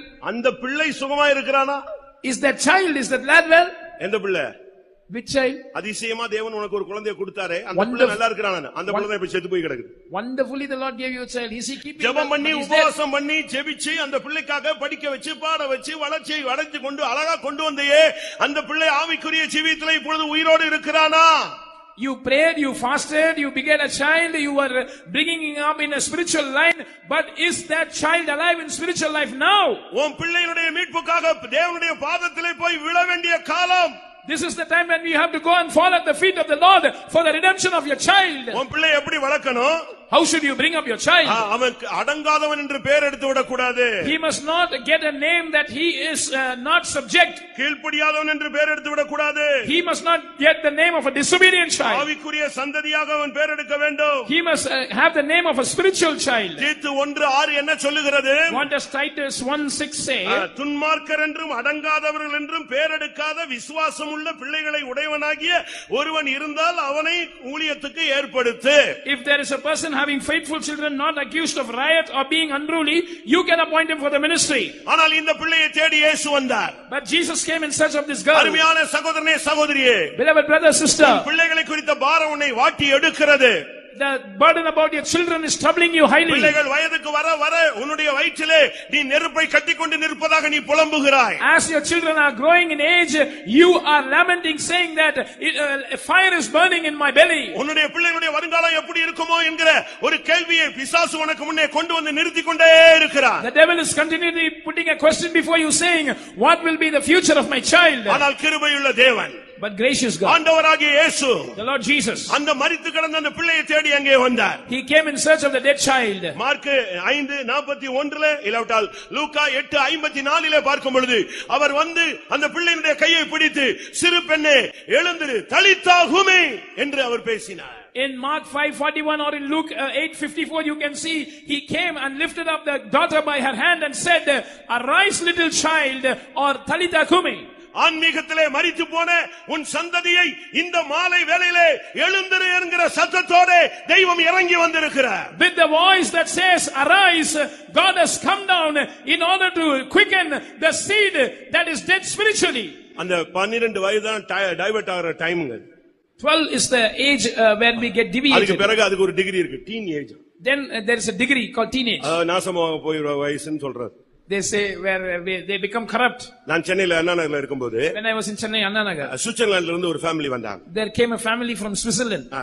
தன்னுடைய பிள்ளையை படிக்க வைக்கிறதுக்காக கொண்டு வந்தாங்க. They wanted to educate their child here. அந்த பிள்ளை வந்து 5ஆம் கிளாஸ் அங்க படிச்சிருக்கு. 5th standard she studied till இப்ப 6ஆம் கிளாஸ்க்கு இங்க படிக்க கொண்டு வந்தாங்க. In standard 6 they have brought her here. நான் சொன்னேன், சுவிட்சர்லாந்துல இல்லாத படிப்பா தமிழ்நாட்டுல கிடைச்சிர போகுது அப்படின்னு. I asked, will you get a high quality education in Tamil Nadu more than in நான் Switzerland? படிப்புக்காக கொண்டு வரல. Brother, I did not bring her for education. 6th standard போயிட்டா அந்த பிள்ளை நமக்கு கிடையாது. If she goes to 6th standard, that child does not belong to us. அதுக்கு பிறகு அந்த பிள்ளையை கட்டுப்படுத்த முடியாது. You cannot control her. அது எங்கேயும் தங்கலாம், எங்கேயும் போகலாம், யாரோடையும் போகலாம், எப்பவும் வரலாம். She can stay anywhere, she can go anywhere, she can go with anyone, she can come whenever she wants. அதனால இந்த பிள்ளையை அதிலிருந்து இருந்து தப்புவிக்கிறதுக்கு தான் இங்க கொண்டு வந்தோம். So we want our child to escape from that, we have brought her here. 12 வயதுல உன் சந்ததியை திசை திருப்ப பிசாசு முற்படுவான். The devil will try to divert your child at the age of 12. ஆனால் நடந்தது என்ன? But what happened? மறுபடியும் சிறுவர்கள் மேல் என் கைகளை வைப்பேன் என்று சொன்னவர் அந்த சிறு பெண்ணை கையை பிடித்து தலித்தா கூமி. He who said, I will turn my hand upon the little ones, he lifted that child by her hand and said, talitha kumi. யோசுவா மட்டுமல்ல, பேதுரு மட்டுமல்ல, மரித்து கிடக்கிற நம்முடைய சந்ததியும் எழும்ப வேண்டிய நேரம். Not only Joshua, not only Peter, this is the time when our dead children have to arise. லூக்கா 7:14 பார்க்கும் பொழுது, when we see Luke chapter 7 and verse 14, அங்கே ஒரு வாலிபன் பாடையில கிடக்கிறதை பார்க்கிறோம். we find a young man lying in a corpse. ஆட்டம் ஓட்டம் எல்லாம் முடிஞ்சு போயிருச்சு. All his running and எல்லாம் அவன் என்னென்ன பிரயாசப்பட்டானோ எல்லாமே முடிஞ்சு போயிடுச்சு. all his efforts have come to an end. இப்போ அவன் செத்தே போயிட்டான். Now he is dead. அழுதாங்க. They cried for him. அவனை அழகா தூக்கிட்டு போயாச்சு. They carried him beautifully. இப்ப பாடையில வச்சு அவனை கொண்டு போய் அடக்கத்துக்கு ஊர் எல்லைக்கு தூக்கிட்டு வந்தாச்சு. They have kept him in a bier or a coffin and brought him to the outskirts. எப்படி இருக்கும்னு யோசிச்சு பாருங்க. Look at that state. ஒரே பையன், Only one புருஷன் இல்ல, no husband, வேற பிள்ளைகளும் இல்ல, no other child. வாலிப வயதுல எவ்வளவோ கட்டுப்படுத்தியும் கீழ்ப்படியாம கடைசில போய் செத்தே போயிட்டான். The mother tried to control him so much, he was disobedient, finally he died. நம்முடைய வாலிப பையங்கள் எல்லாம் இந்த பேரண்ட்ஸ் இவங்க படிக்காட்டா கூட, இவங்களுக்கு ஒன்னும் ஏபிசிடி தெரியாட்டா கூட, இந்த பிள்ளைகளை நல்லா படிக்க வைக்கணும்னு கடன் வாங்கி ஊருண்டு பிறண்டு வெத்து சொத்தை வித்து எல்லாத்தையும் விட்டு இவனை இங்கிலீஷ் மீடியத்துல படிக்க வச்சு கடைசியில பார்த்தா அவன் இங்கிலீஷ்காரனாவே மாறி போயிட்டான். And our parents, though they are poor and uneducated, they sell their property, they borrow money, and they admit him in an English medium. Finally, he has become an Englishman. உனக்கு என்ன தெரியும்ங்கறான். He is asking, what do you know? அபிஷேகம் பெற்ற தாயையும் தகவனையும் பார்த்து உனக்கு அறிவு இருக்காங்கறான், நீ படிச்சிருந்தா உனக்கு புரியும்ங்கறான். ஒண்ணுமே இவங்களை முட்டாளாக்கிறான். கடைசில ஆன்மீகத்துல செத்தே போயிடுறான். Looking at the father and mother who are spirit baptized, he is telling, what do you know? You will know if you have been educated. And finally he becomes unruly and he dies spiritually. நீ பிறக்கிறதுக்கு முன்னால உன் பெற்றோர் அழுதாங்க, நீ பிறந்த பிறகு அழுதாங்க, உன்னை வளர்க்கும் போது அழுதாங்க, இப்ப நீ செத்து போன பிறகு உனக்காக அவங்க அழத்தான் செய்றாங்க. Before you were born, your parents wept for you. When you were born, they wept for you. When you grew up, they wept for you. Now also they are weeping for you. எத்தனையோ வாலிபர்கள் நம்முடைய சபையில, இப்ப நம்ம சபைக்குள்ள தான் பிரசங்கம் பண்றேன். ஒரு சிலர் சொல்லுவாங்க எங்களுக்கு இப்படி எல்லாம் பேசுறாருன்னு. நான் ரோட்ல போய் குரு தியேட்டர்ல பேச முடியும், உனக்கு தான் பேச முடியும். Some people say pastor is speaking very harshly. I cannot go to the streets and talk to someone on the streets. I can speak only to the church. உனக்கு தான் தேவனுடைய பைபிள் கொடுக்கப்பட்டிருக்கிறது. The Bible of God has been given to you. அந்த வாலிபன் அன்னைக்கு செத்தான், அவனை இயேசு எழுப்பினாரு.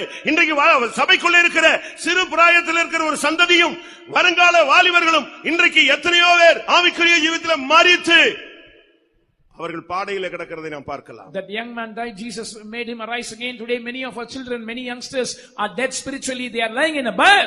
காலையில பெரிய பாஸ்டர் சொன்னபொழுது நீங்க உங்களுக்கு கவனிச்சிருப்பீங்க. Morning when our chief pastor was speaking, you could have listened. இங்க listened. சண்டே ஸ்கூல் படிக்கிறான், எங்கேயோ ரோட்ல போய் ஒருத்தியை பிடிச்சிட்டு போறான். They are studying Sunday school here and they elope with someone on the streets. ஆவிக்குரிய ஜீவிதத்திலே மரித்து போனவனா இருந்து நீ என்ன ஊழியம் செய்து என்ன சாதிக்க போகிறாய்? You who are dead spiritually, no matter what ministry you do, what are you going to achieve? உன்னை பைபிள் வாலிபன்னா என்ன அர்த்தம் சொல்லுது தெரியுமா? நீ பலவான், தேவ வசனம் உன்னில் நிலைத்திருக்கிறது, நீ பொல்லாங்கனை ஜெயித்தாய், அதனாலதான் நீ வாலிபன் என்று பைபிள் சொல்லுகிறது. You know what is the standard of a young man according to the Bible? You are strong man, the word of God abides in you, you have overcome the wicked one. Such ones are the youths. 1 யோவான் 2:14 சொல்லி இருக்கிற வாலிபர்களே, நீங்கள் பொல்லாங்கனை ஜெயித்தபடினாலும் வேதவசனம் உன்னில் நிலைத்திருக்கிறதுனாலும் நீ பலவானா இருக்கிறபடினாலே நாங்கள் உங்களுக்கு எழுதுகிறோம்னு யோவான் சொல்றாரு. In 1 John chapter 2 and verse 14, John the apostle says, young men, I have written unto you because you are strong and because the word of God abides in you and because you have overcome the wicked one. இன்னைக்கு நம்முடைய வாலிபர்கள் எத்தனை பேர் பொல்லாங்கனை ஜெயித்திருக்கிறோம்? Today how many of your youngsters have overcome the wicked one? எத்தனை பேருக்கு தேவ வசனம் நிலைத்திருக்கிறது? In how many the word of God is abiding? நம்மள இருக்கிற இப்ப வாலிப பசங்க அவ்வளவு பேர் முஸ்லிமா மாறதுக்கு ட்ரை பண்ணிட்டு இருக்காங்க. Today all of our youngsters are trying to become Muslims. நான் சொல்றது சரிதானா? Am I right? நம்ம பசங்க அவ்வளவு பேர் இப்ப முஸ்லிமா மாறதுக்கு ட்ரை பண்றாங்க. All our boys are trying to become Muslims. அவ்வளவு பேர் இப்படி தான் சபையிலயும் இவங்களுக்கு சபையில இடமே கொடுக்க கூடாது. They should not be given room in the church. கேட்டா ஜெர்மன்மா தாடி. They say it's a German bird. இத்தாலியில உள்ள தாடிமா. Italian bird. அதுக்கு நீ அங்க போ, ஏன் இங்க இருக்கறேன்னு நான் கேக்குறேன். Then you should go to Italy. Why are you here? இவனுக்குள்ள வசனம் வேலை செய்யல. The word of God is not working in them. இவன் செத்து போய் பாடையில இருக்கிற வாலிபன். He is dead and lying in the corpse. வாலிப பிள்ளைகளை கேளுங்க. Ask the girls. இவங்க எல்லாம் எப்படி இருக்காங்கன்னு உங்களுக்கு தெரியும். You know how they are. ஒரு அம்மா சொன்னாங்க, அவ இங்கதான் நான் இங்க ஊழியம் செய்யும் போது ஒரு அம்மா சொன்னாங்க, இவ கரெக்டா வேலை முடிஞ்சு வந்த உடனே போய் ரூமை பூட்டுவா, அதுக்கப்புறம் காலையில தான் இறங்குவா. ஈவினிங் போயிட்டு அவளுக்கு டிஃபன் எல்லாம் தட்டி கொடுத்துடணும், வருவா. என்னன்னு பார்த்தா ஒன்லி அவ சம்பளம் அவளுடைய மேக்கப்புக்கு தான் போய்கிட்டு இருக்கு.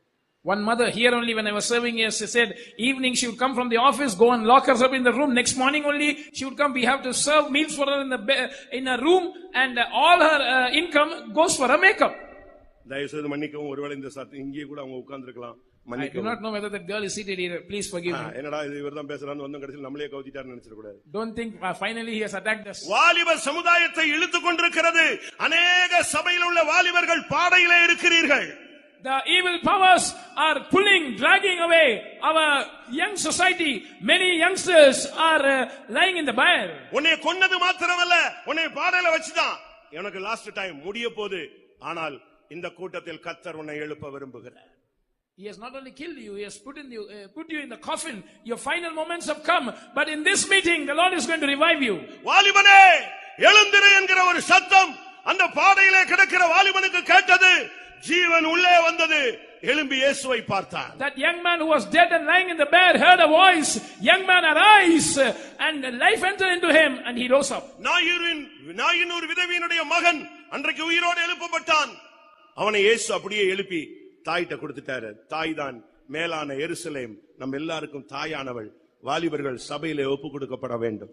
And Jesus made that young man to arise. He was the son of a widow of Nain, and he handed him over to his mother. Our mother is the heavenly Jerusalem. Our youngsters must be risen up. They must be handed over to the church once again. காலைல pastor சொன்ன மாதிரி வெளியே போய் கல்யாணம் கட்டுறது கேட்டா அவங்க திரும்பி இங்க வந்துடுறேன்னு சொல்லிட்டாங்க. நாங்க சபையில ஒரு புதிய ஆத்துமாவை கொண்டு வருகிறோம், ஆத்துமாவை ரட்சிக்கிறோம். என்கிட்ட ஒருத்தன் வந்து சொன்னான், நீயே செத்து போயிட்ட, இனிமே இன்னொருத்தர போய் ரட்சிக்க போறியா, நீயும் வரக்கூடாது அவளும் சபைக்குள்ள வரக்கூடாது, வெளியே போன்னு சொன்ன. Like pastor said in the morning, சபையை விட்டு வெளியே போ. They go and marry outside and they say that girl will come here, we will bring a new soul here. One such person came to me, I said, you are already dead, will you revive and save a soul? Both of you get out. ஒரு தெய்வீகமற்ற சந்ததியை ஈன பிறவிகளை சபைக்குள்ளே கொண்டு வருவதை விட நீ வெளியே போவது நல்லதுன்னு சொன்ன. Rather than bringing an ungodly generation, a base and wild generation into the church, get out. அவர் ஒருவனை அல்லவா படைத்தார்.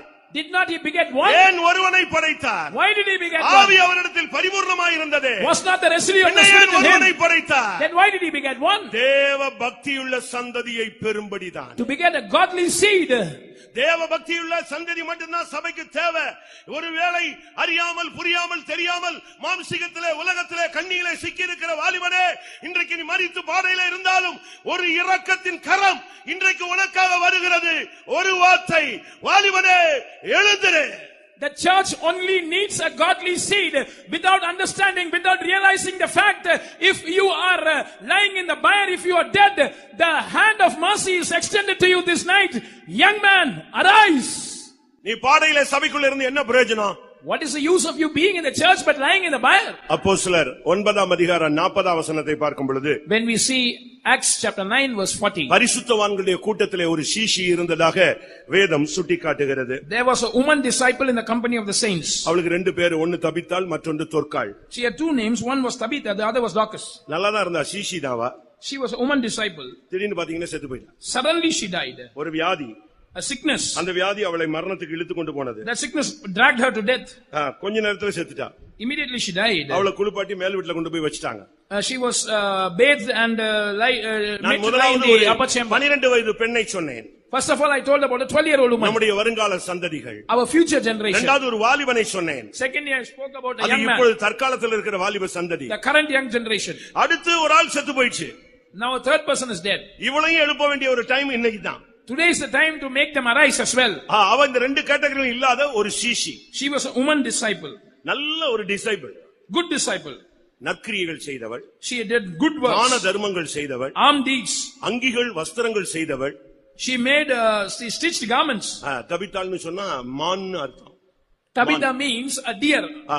மானானது நீரோடைகளை வாஞ்சித்து கதறுவது போல தேவ சமூகத்திலே ஆண்டவரை நோக்கி வாஞ்சித்து கதறின ஒரு சீஷி. She was a woman disciple who was like a deer or that panted for the water brooks. She was desirous of the presence of God. பெண் மான்கள் கர்த்தருடைய சத்தத்தை கேட்கும் என்று சொன்னது போல இவள் தேவனுடைய சத்தத்தை கேட்கிற ஒரு சீஷி. Like the hinds shall hear the voice of the Lord, it is said, she also was a disciple who had the habit of hearing God's voice. என் கால்களை மான்களின் கால்களை போலாக்கி உயர்தலங்களில் என்னை நடக்க பண்ணுகிறார் என்கிற ஆவிக்குரிய ஜீவிதத்திலே ஒரு ஹைலைட்ல வந்த ஒரு பெண். She was highlighted in the spiritual life, like the word of God says, he maketh my feet like the hinds feet and makes me to walk in my high places. நல்ல ஸ்மூத்தா தான் லைஃப் போயிட்டே இருந்துச்சு. Her life was going on smoothly. ஒரு சைடுல ஊழியம், நற்கிரியைகள், தான தர்மம் எல்லாமே நல்லா தான் இருந்துச்சு. ஆனா மரணம் வந்துருச்சு. On one side she was doing ministry, she was stitching garments, she was doing good works and alms, but suddenly இன்னைக்கு வீழ்ச்சி என்பது கிராஜுவலா வர்றது ஒரு பகுதி இருக்கு, சடனா வர்ற வீழ்ச்சியும் இருக்கிறது. There is a gradual fall, there is a sudden fall. ரெண்டையும் நீங்க புரிஞ்சுக்கணும். You must understand between the two. ஒரு ஆளு பின்மாறறத கண்டே பிடிக்க முடியாது. திடீர்னு ஃபைனல்ல தான் கண்டுபிடிக்க முடியும். அப்பதான் சொல்லுவாங்க அது 3 வருஷமா இப்படி தான் இருக்கான்னு சொல்லுவாங்க. You cannot discern the backsliding of certain people. At the final stage only they will be found out, but later it will be said about them that they had fallen before 3 years. ஆனா ஒரு சிலர் அப்படி இல்ல. But a few are not like that. இப்ப ஆவியில் நஞ்சிட்டு இருப்பான், அரை மணி நேரத்துல பார்த்தா ஒண்ணுமில்லாம போய்டும். He would be filling the spirit now. Half an hour later he would become nothing. இதுதான் நம்முடைய சகோதரி Tabitha. This is the state of our sister Tabitha. திடீர்னு வியாதிப்பட்டா, மரணம் அடைஞ்சா, கொஞ்ச நேரத்துல குளிப்பாட்டிட்டாங்க, கொண்டு போய் மேல் வீட்ல வச்சாச்சு. ஃபைனல் முடிஞ்சது. Suddenly she fell sick. In a few minutes she died. She was bathed and laid up in the upper chamber. ஆனாலும் But அப்போஸ்தலன் அங்கே தேடி வந்தான். the apostle came in search of her. அருமையான சகோதரனே சகோதரியே, இந்த அப்போஸ்தல ஊழியம் உன்னை தேடி வருகிறது. This apostolic ministry is coming in search of your brother and sister. இந்த அப்போஸ்தலன் உன்னை தேடி வருகிறான். This apostle is coming in search இவங்க of போய் you. அவனை கூப்பிட்டுட்டு வந்தாங்க. They invited Peter. அவன் பிரேத முகமாய் திரும்பி தபித்தாலே எழுந்திரு என்று சொன்னான். He turned towards the dead body and said, Tabitha, arise. அப்போஸ்தல ஊழியம், அப்போஸ்தல உபதேசம், அப்போஸ்தல சத்தியம், அப்போஸ்தலனுடைய வாயிலிருந்து ஒரு வார்த்தை உன்னை எழும்ப சொல்லுகிறது. The ministry of the apostles, the doctrine of the apostles, the word that comes out of the apostles' mouth is telling you, arise. நீ மரிக்க வேண்டிய டைம் இது அல்ல. This is not the time for you to die. அருமையான வாலிபனே, நீ மரிக்க வேண்டிய நேரம் இது அல்ல. Beloved young man, this is not the time for you to die. அருமையான சீடனே சீஷியே, நீ மரிக்க வேண்டிய நேரம் இது அல்ல. Brother and sister who is a disciple, this is not the time for you to die. ஜெபாலய தலைவனுடைய மகளே, நல்ல விசுவாசிகளுடைய பிள்ளைகளே, நீங்கள் தோற்று போக வேண்டிய நேரம் இது அல்ல. Oh daughter of the ruler of the synagogue, good believer, this is not the time where you have to be defeated. ஓ இரக்கத்தின் தேவன் உன்னை தேடி இந்த வார்த்தைகள் மூலமாய் வருகிறார். மகனே எழுந்திரு, மகளே எழுந்திரு என்ற வார்த்தை உன்னை தேடி வருகிறது. God of mercy is coming in search of you with these words, son, daughter, arise. பேதுருவை பார்த்து எழுந்திருன்னு சொன்னார். Looking at Peter, he said, arise. யோசுவாவை பார்த்து எழுந்திருன்னு சொன்னார். Looking at Joshua, he said, arise. ரெண்டு பேரும் உயிரோட இருந்தா எழும்பிட்டான். Both were alive, they rose up. ஆனா 12 வயது பெண் செத்து போயிட்டா. But the 12-year-old daughter was dead. சீஷி இறந்து போயிட்டா. This woman disciple was dead. அவன் மரிச்சு போயிட்டான். The young man was dead. இவனை எழும்பினா எப்படி எழும்புவா? When we say arise, how will they arise? இதுக்குள்ளதான் சத்தியம் இருக்கிறது.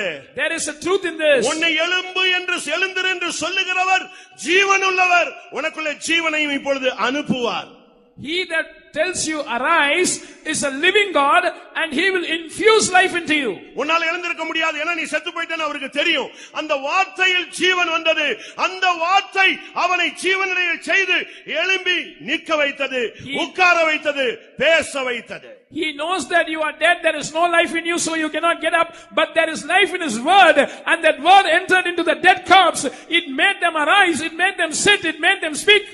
தேவனுடைய வார்த்தை பேச்சில் அல்ல, அது பலத்தில் இருக்கிறது. The word of God is not in speech but in இன்றைக்கு power. உனக்கு ஒரு வார்த்தையை அனுப்புகிறவர் அந்த வார்த்தையிலே ஜீவனையும் செயல்படக்கூடிய சக்தியையும் அபிஷேகத்தை அனுப்பி உன்னை ஜீவனடைய வைக்கிறார். He who sends his word today is sending his life, and along with this he is sending the power of a spirit that will operate.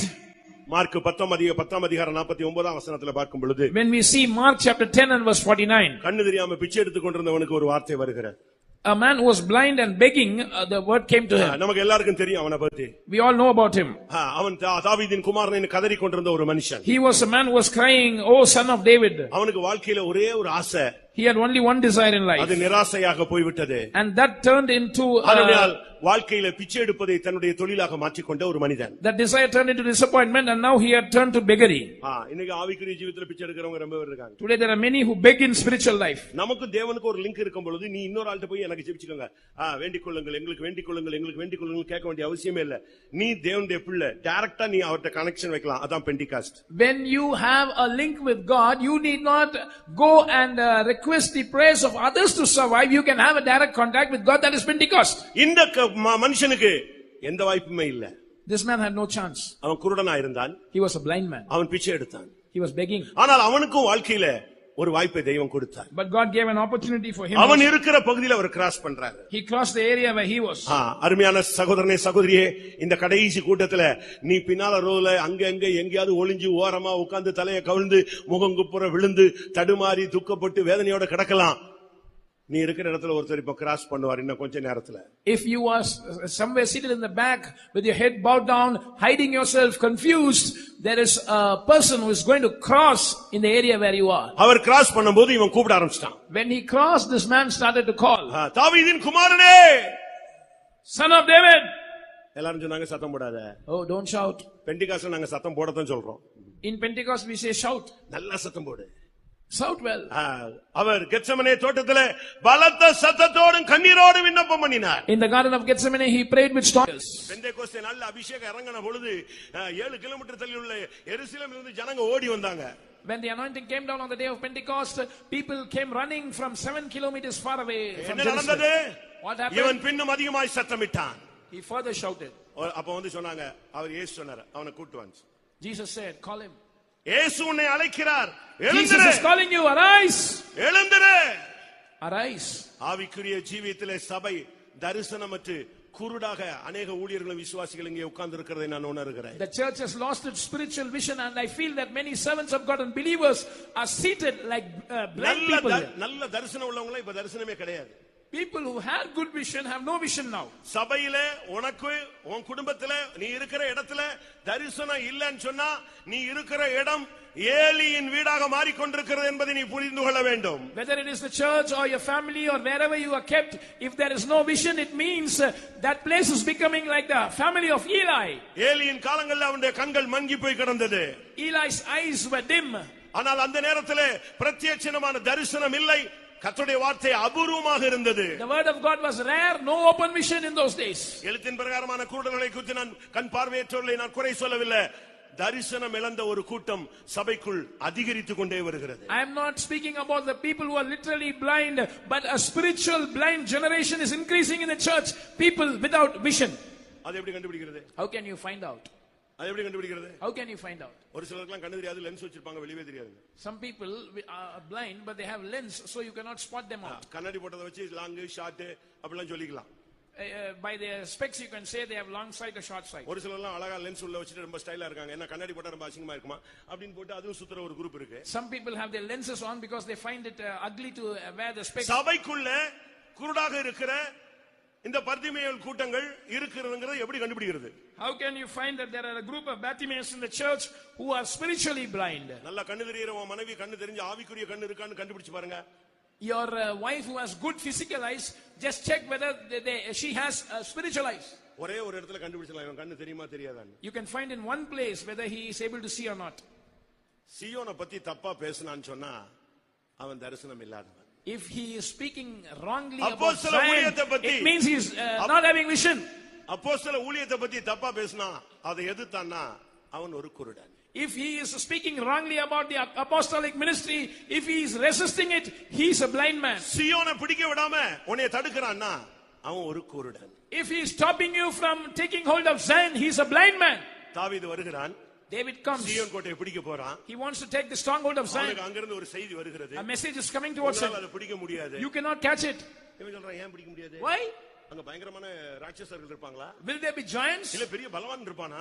Or strong men? அப்படி என்ன அங்க பெரிய சாதனைன்னு கேட்டான். What is the big great opposition? சப்பானிகளும் உன்னைய அதை பிடிக்க விடாம தடுப்பாங்க. The blind and the lame will stop you from taking the stronghold of Zion.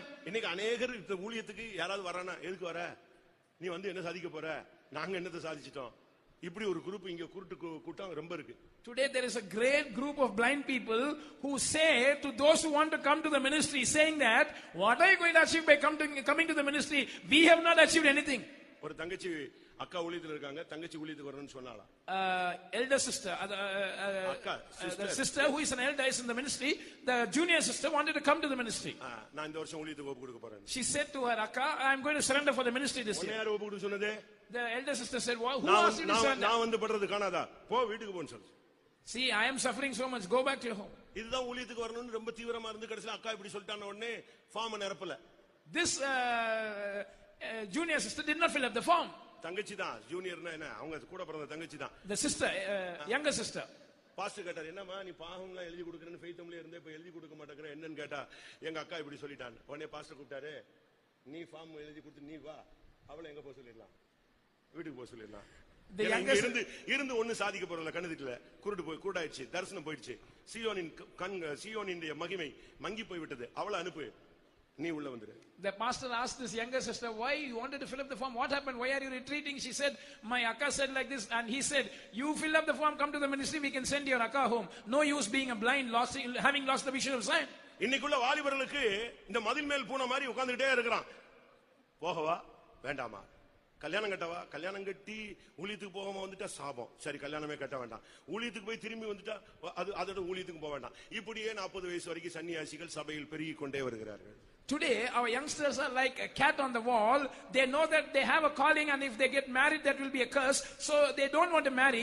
But if they go to the ministry, if they come back, oh what will I do, saying so they are like sannyasis till the age of 40. இன்னும் ஒரு group இருக்கு, கூப்பிட்டா வருவோம்.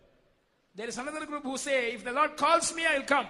கூப்பிட்டா வருவோம்னு சொல்லிட்டு இவன் ஒரு 10 வருஷம் ஓடிட்டே இருக்கான். They are wasting 10 years saying that if the Lord calls me I will come. Pastor John பால் சொல்வாரு, Pastor John Paul would say, அவர் ஊழியத்துக்கு வரும்போது உனக்கு அழைப்பு என்னன்னு கேட்டாங்களா chief pastor. The chief pastor asked Pastor John Paul, what is your calling, when he offered himself for the ministry. அழைப்புன்னா அப்படினு கேட்டாங்க. He said, calling, what is it? ஆண்டவர் உன்கிட்ட என்னப்பா பேசியிருக்காரு, ஊழியத்துக்கு வர சொல்லி ஏதாவது வசனம் சொன்னாரு. What did the Lord speak to you? அப்படிலாம் ஒண்ணும் சொல்லலையே. He did not give any verse. அப்ப எதுக்கு நீ வர? Then why do you come? எங்க அப்பா வீட்ல வேலை செய்யறதுக்கு என்னை கூப்பிட்டா தான் வரணுமா? He said, should I have an invitation to serve in my father's home? உடனே பாஸ்டர் சொன்னா, உங்க அப்பா வீட்டுக்கு நீ வந்துரு ஒண்ணுமே பிரச்சனை இல்ல, நீ ஆசை இருக்குன்னா வந்துருன்னு சொல்லு. Immediately the pastor said, if you have such a desire to serve in your father's house, you can come, no problem. கூப்பிட்டா வருவேன் சொல்லிட்டே இன்னைக்கு 199 பேர் கல்யாணம் கட்டிட்டான். They kept saying that if the Lord calls me I will come, if the Lord calls me I will come. 99% have got married. இதே மதுரையில வந்து கொஞ்ச நாள் ஊழியத்துக்கு வரேன்னு சொல்லிட்டு ஒருத்தன் எஸ்கேப் ஆயிட்டான். This same Madurai, the boy was there saying that I will come for the ministry, he escaped. கொஞ்ச நாள் கழிச்சு அவன் கல்யாணம் கட்டணும்னு என்கிட்ட வந்தான். And after a few days he said, I want to get married. அவனுக்கு பொண்ணு பார்த்த சிஸ்டர்ட்ட சொன்ன, சிஸ்டர் கவனம், அவன் கொஞ்ச நாள் சென்ட்ரல்ல இருந்திருக்கான், கொஞ்சம் கவனமா இருங்க. A sister arranged a bride for him. I told that sister, be careful, he was in a faith home wanting to go to the ministry. இல்ல நான் வரலன்ட்டான். Then he said, no, I will not come for the ministry. நான் சொன்னேன், போ Don pricing போ. I said, go to the dawn praising. கர்த்தர் சொன்னா கல்யாணம் கட்டு, கர்த்தர் சொல்லலன்னா கர்த்தர் கூப்பிட்டாருன்னா ஊழியத்துக்கு போ. I said, if the Lord speaks to you, go to the ministry. If the Lord doesn't speak, get married. வந்துட்டான். He came.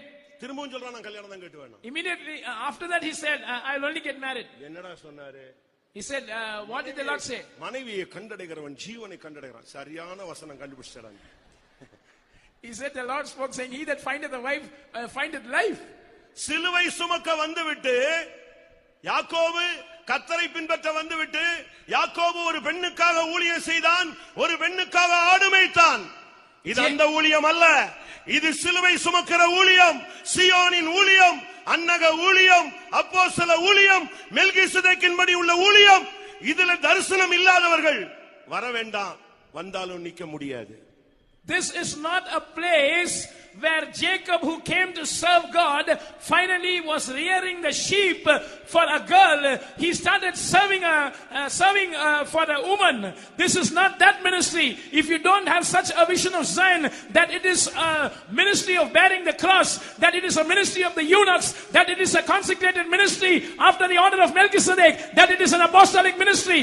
If you lack this vision, don't come.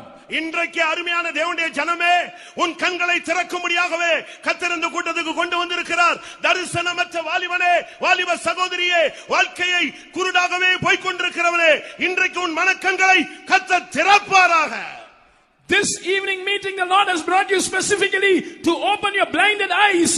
You who are walking as a blind person, may the Lord open your eyes. Pastor Don அவர்கள் ஒரு building பெரிய engineer. Pastor Don was an architect. அவர் ஒரு பக்கத்தில் evangelist.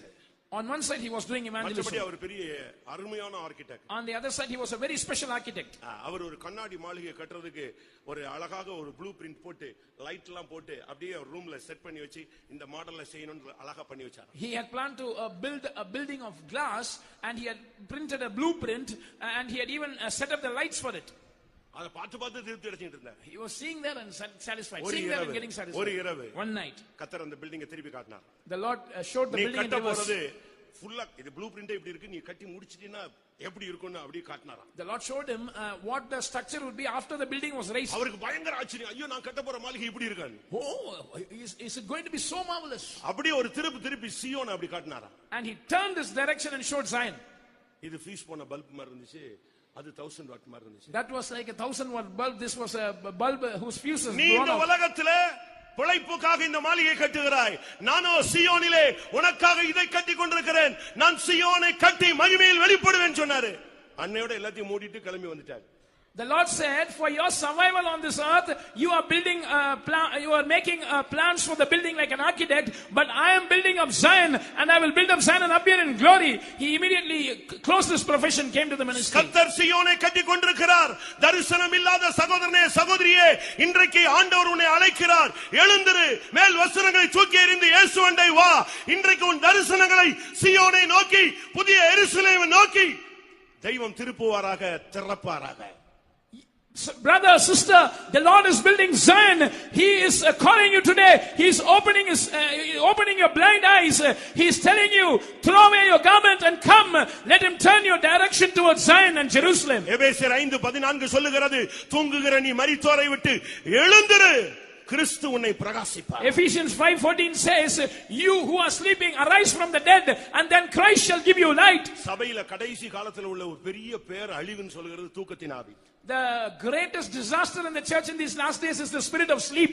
பையங்களை பாருங்க, நல்லா தூங்குவாங்க. The boys, they will sleep well. Girls அருமையா தூங்க, முக்காடு போட்டா ஃபர்ஸ்ட் கிளாஸா போய்டுவாங்க. Girls, if they have their covering veil on, they will sleep very well. இப்ப தூக்கத்தின் ஆவி உலகம் முழுசும் பயங்கர ஸ்பீட்ல போயிட்டு இருக்கு. The spirit of slumber is attacking the world vehemently.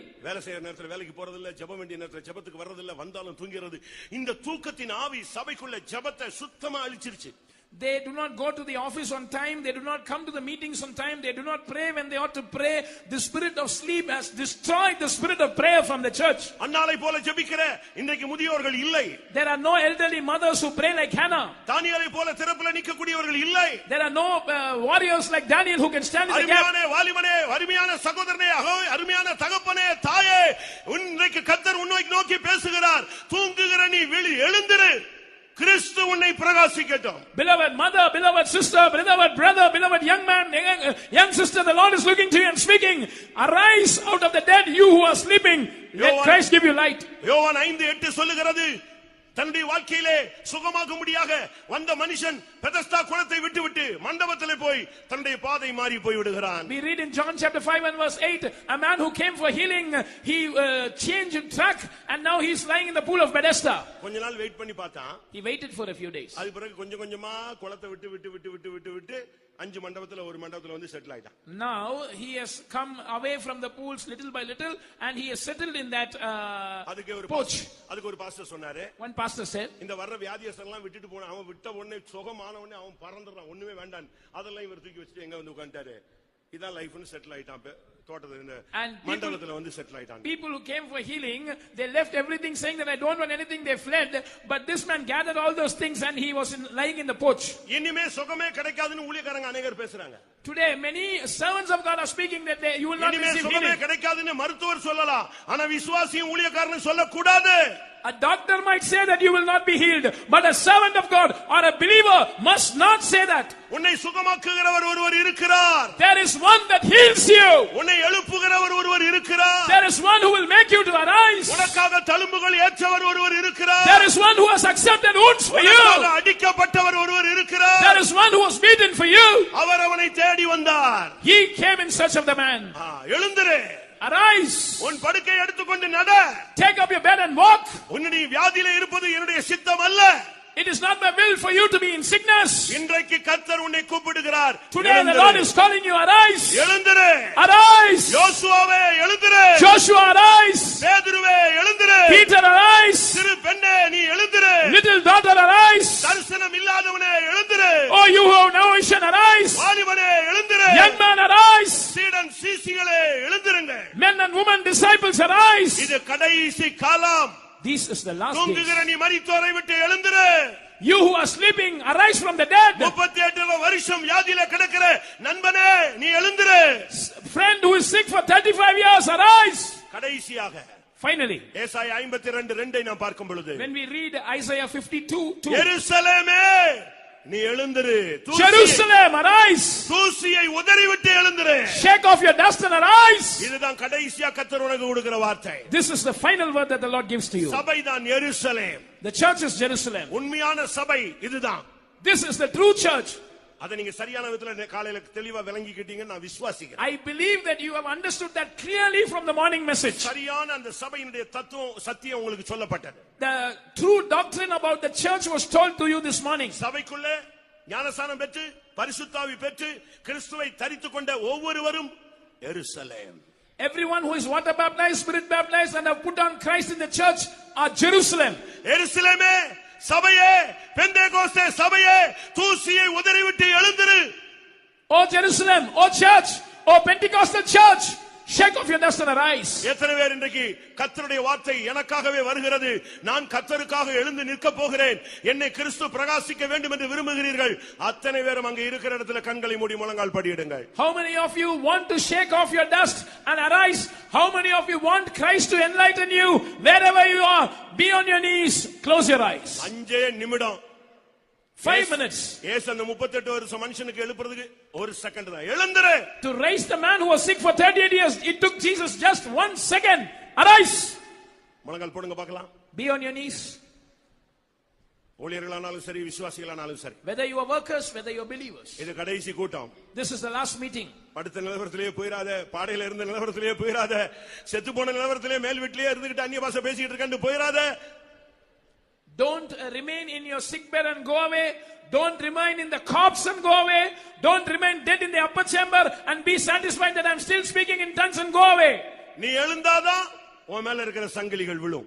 Only if you arise, the chains that are around you will fall off. நீ எழுந்தாதான் கிறிஸ்து உன்னை பிரகாசிப்பார். Only if you arise, Christ will give you light. நீ எழுந்தாதான் உனக்கு ஜீவன் உண்டாகும். Only if you arise, you will have life. நீ எழுந்தாதான் உன் கண்ணை கர்த்தர் திறப்பார். Only if you arise, the Lord will open your eyes. எழுந்திரு. Arise. யாரும் கண்களை மூடுறதை விட்டு திறந்து பாத்துறாதீங்க. இப்ப தாவீதின் குமாரன் உன்னை கிராஸ் பண்ணுவாரு. Don't open your eyes. Let the son of David cross by you. சரியா 10 நிமிஷம் இருக்கு நம்ம டைம். 10 minutes we have. யாரும் ஊழியக்காரங்க விசுவாசிங்க யாரும் கண்ணை திறக்காதீங்க. No servant of God, no believers should open your eyes. வாழ்க்கையில தோற்று அடி வாங்கி தோற்று போய் முகங்குப்புற விழுந்து கிடக்கிற யோசுவாக்கள் எத்தனை பேர்? How many of you have taken beatings? How many of you have been defeated? How many of you are falling onto your face like Joshua? மரணத்துக்கு குறிக்கப்பட்டு கட்டப்பட்ட நிலவரத்திலே சிறைச்சாலையின் பிடியில கிடக்கிற பேதுருக்கள் எத்தனை பேர்? How many of you have an appointment with death and how many of you are bound in the prison like Peter? சின்ன வயசுலயே மரணத்தை தழுவிக்கொண்ட அந்த எவிரினுடைய மகளை போல எத்தனை பிள்ளைகள் இங்க இருக்கிறீர்கள்? How many little children are here who are dead at a young age like the daughter of Jairus? எத்தனை வாலிபர்கள் ஆவிக்குரிய மரணத்திலே நீங்கள் பாடையிலே கிடக்கிறீர்கள்? How many youngsters are lying in the bear having met with spiritual death? எத்தனை சீஷிகள் சீடர்கள் மேல் வீட்டிலே குளிப்பாட்டப்பட்ட நிலவரத்திலே காணப்படுகிறீர்கள்? How many disciples, men and women, you are dead and you have been bathed and laid in the upper chamber?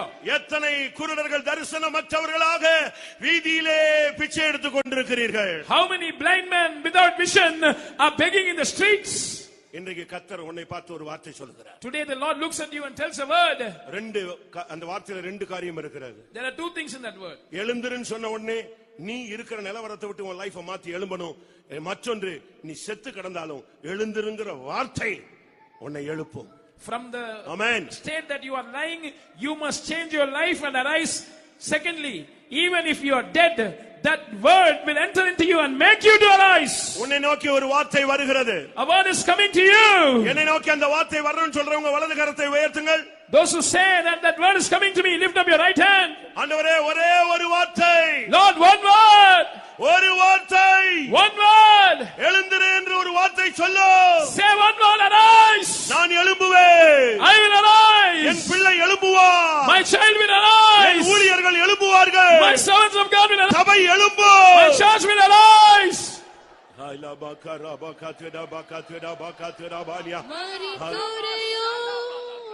Hallelujah, hallelujah, hallelujah, hallelujah, hallelujah, hallelujah. Mahani mahari balaka tudabania. Amen. Sidabalaka tudibika tuda. Hallelujah, hallelujah, hibalaka tuda. Amen. எனக்காக என் புருஷனுக்காக, என் மனைவிக்காக, என் பிள்ளைக்காக, என் சபைக்காக எழுந்திருங்கிற ஒரு வார்த்தையை இன்றைக்கு தேவன் தெளிவாக என்னை நோக்கி அனுப்ப வேண்டும் சொல்றவங்க கைகளை உயர்த்துங்க. Those who say that God must send a word for me, for my family, for my child, for my church, arise, lift up your hands. நீங்க இவ்வளவு நேரம் காமனா அந்த பிரசங்கம் கேட்டுட்டு இருந்தீங்க. Today commonly you were hearing this sermon. இப்ப பர்சனலா தேவனுடைய வார்த்தை டைரக்டா சிங்காசனத்திலிருந்து உன்னை நோக்கி வர போகிறது. Now personally this word is going to come from the throne towards you. அந்த வார்த்தையிலே ஒரு தொடுதல் உண்டு. There is a touch in that word. அந்த வார்த்தையிலே ஒரு ஜீவன் உண்டு. There is a life in that word. அந்த வார்த்தையிலே ஒரு அக்கினி உண்டு. There is a fire in that word. அந்த வார்த்தையிலே ஒரு அபிஷேகம் உண்டு. There is an anointing in that word. அந்த வார்த்தையிலே ஒரு மறுரூபம் உண்டு. There is a transformation in that word. அந்த வார்த்தையிலே ஒரு சிருஷ்டிப்பு உண்டு. There is a creation power in that word.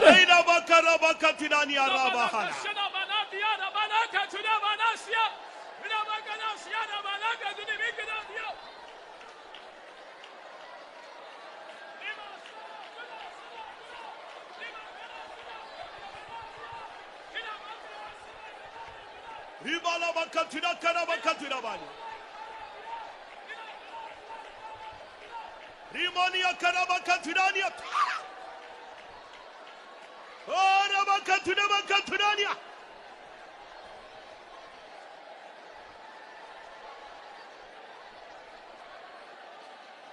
Amen. மரித்தோரை எழுப்பிடும் வல்லமை எங்கள் மத்தியில் நீர் விளங்க செய்வீர். Amen. மரித்தோரை எழுப்பிடும் வல்லமை எங்கள் மத்தியில் நீர் விளங்க செய்வீர்.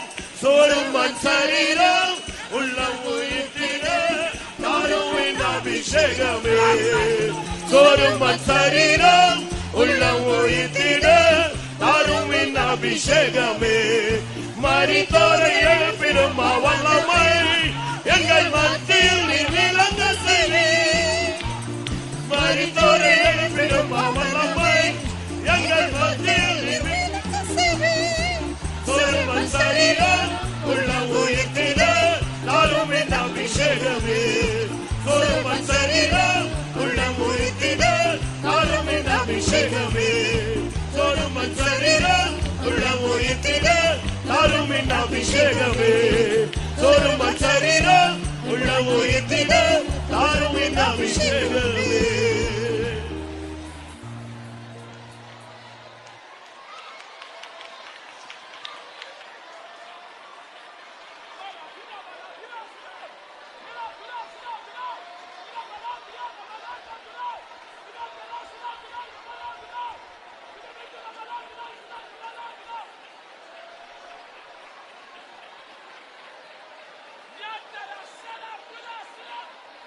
ஆமென். அருமையான தேவனுடைய ஜனமே, அருமையான நண்பனே, இந்த வார்த்தை உனக்குரியதாக இருந்தால் இப்பொழுது ஒரு சக்தி உன்னை தொடும். Beloved people of God, beloved friend, if this word is for you, a power will touch you now. அருமையான ஊழியர்களே, இந்த வார்த்தை உங்களுக்குரியதாக இருந்தால் சியோனின் சக்தி உன்னை இப்பொழுது தொடும். Beloved servants of God, if this word is for you, the power from Zion will touch you. வாலிபனே, இந்த வார்த்தை உனக்குரியதாக இருந்தால் இப்பொழுது அபிஷேகம் உன்னை தொடும். Youngster, if this word is for you, anointing will touch you now. எத்தனை பேர் அதை எதிர்பார்க்கிறீர்கள்? How many of you are anticipating that? மரித்தோரை எழுப்பிடும் வல்லமை எங்கள் மத்தியில் நீர் விளங்க செய்வீர். மரித்தோரை எழுப்பிடும் வல்லமை எங்கள் மத்தியில் நீர் விளங்க செய்வீர். சோறும் மண் சரீரம் உள்ளம் உயிர்த்திட தாரும் அபிஷேகமே. சோறும் மண் சரீரம் உள்ளம் உயிர்த்திட தாரும் அபிஷேகமே. மரித்தோரை எழுப்பிடும் வல்லமை எங்கள் மத்தியில் நீர் விளங்க செய்வீர். மரித்தோரை எழுப்பிடும் வல்லமை எங்கள் மத்தியில் நீர் விளங்க செய்வீர். சோறும் மண் சரீரம் உள்ளம் உயிர்த்திட தாரும் அபிஷேகமே. சோறும் மண் சரீரம் உள்ளம் உயிர்த்திட தாரும் அபிஷேகமே. ஹalleluya, ஹalleluya. Imahani bala bakaturabani. Amen. ஹalleluya. இன்றைக்கு எழுந்திருக்காதவன் வருகையில எழுப்பப்பட முடியாது. He who does not rise today cannot be resurrected at the coming. இது உனக்குரிய time. This is your time. முடங்கி கிடந்த உன்னை தேடி தேவனுடைய வார்த்தை வந்திருக்கிறது. You who were bogged down, the word of God has come in search of you. இன்றைக்கு யாரை எழுந்திருக்க சொன்னாரோ அவர்கள் எழுந்திருப்பார்கள். அவர்களை நோக்கி வருகையிலே எக்கால சத்தம் அவர்களை நோக்கி வரும். To whom the Lord said, arise, they will arise today, and at the coming of the Lord, the voice of the trumpet will come towards them. இன்றைக்கு உனக்கு ஒரு வார்த்தை வந்தது போல அன்றைக்கு எக்காலம் தொனிக்கும், நாம் எல்லாரும் மறுரூபமாக்கப்படுவோம். Like a word came towards you today, on that day the trumpet shall sound, and we shall all be changed. என் மீட்பர் உயிரோடு இருக்கிறார். My Redeemer liveth, நான் அவரை காண்பேன். and I shall see him. அந்நிய கண்கள் அல்ல, Not strange eye, காணோம். my own eyes shall see him.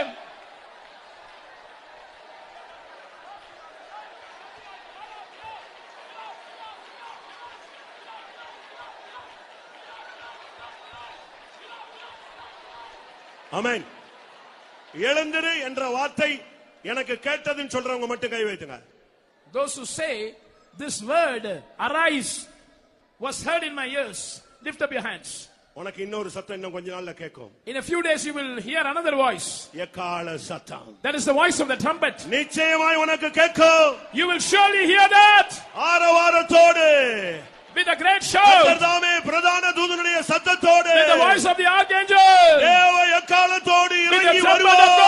God, he shall come down.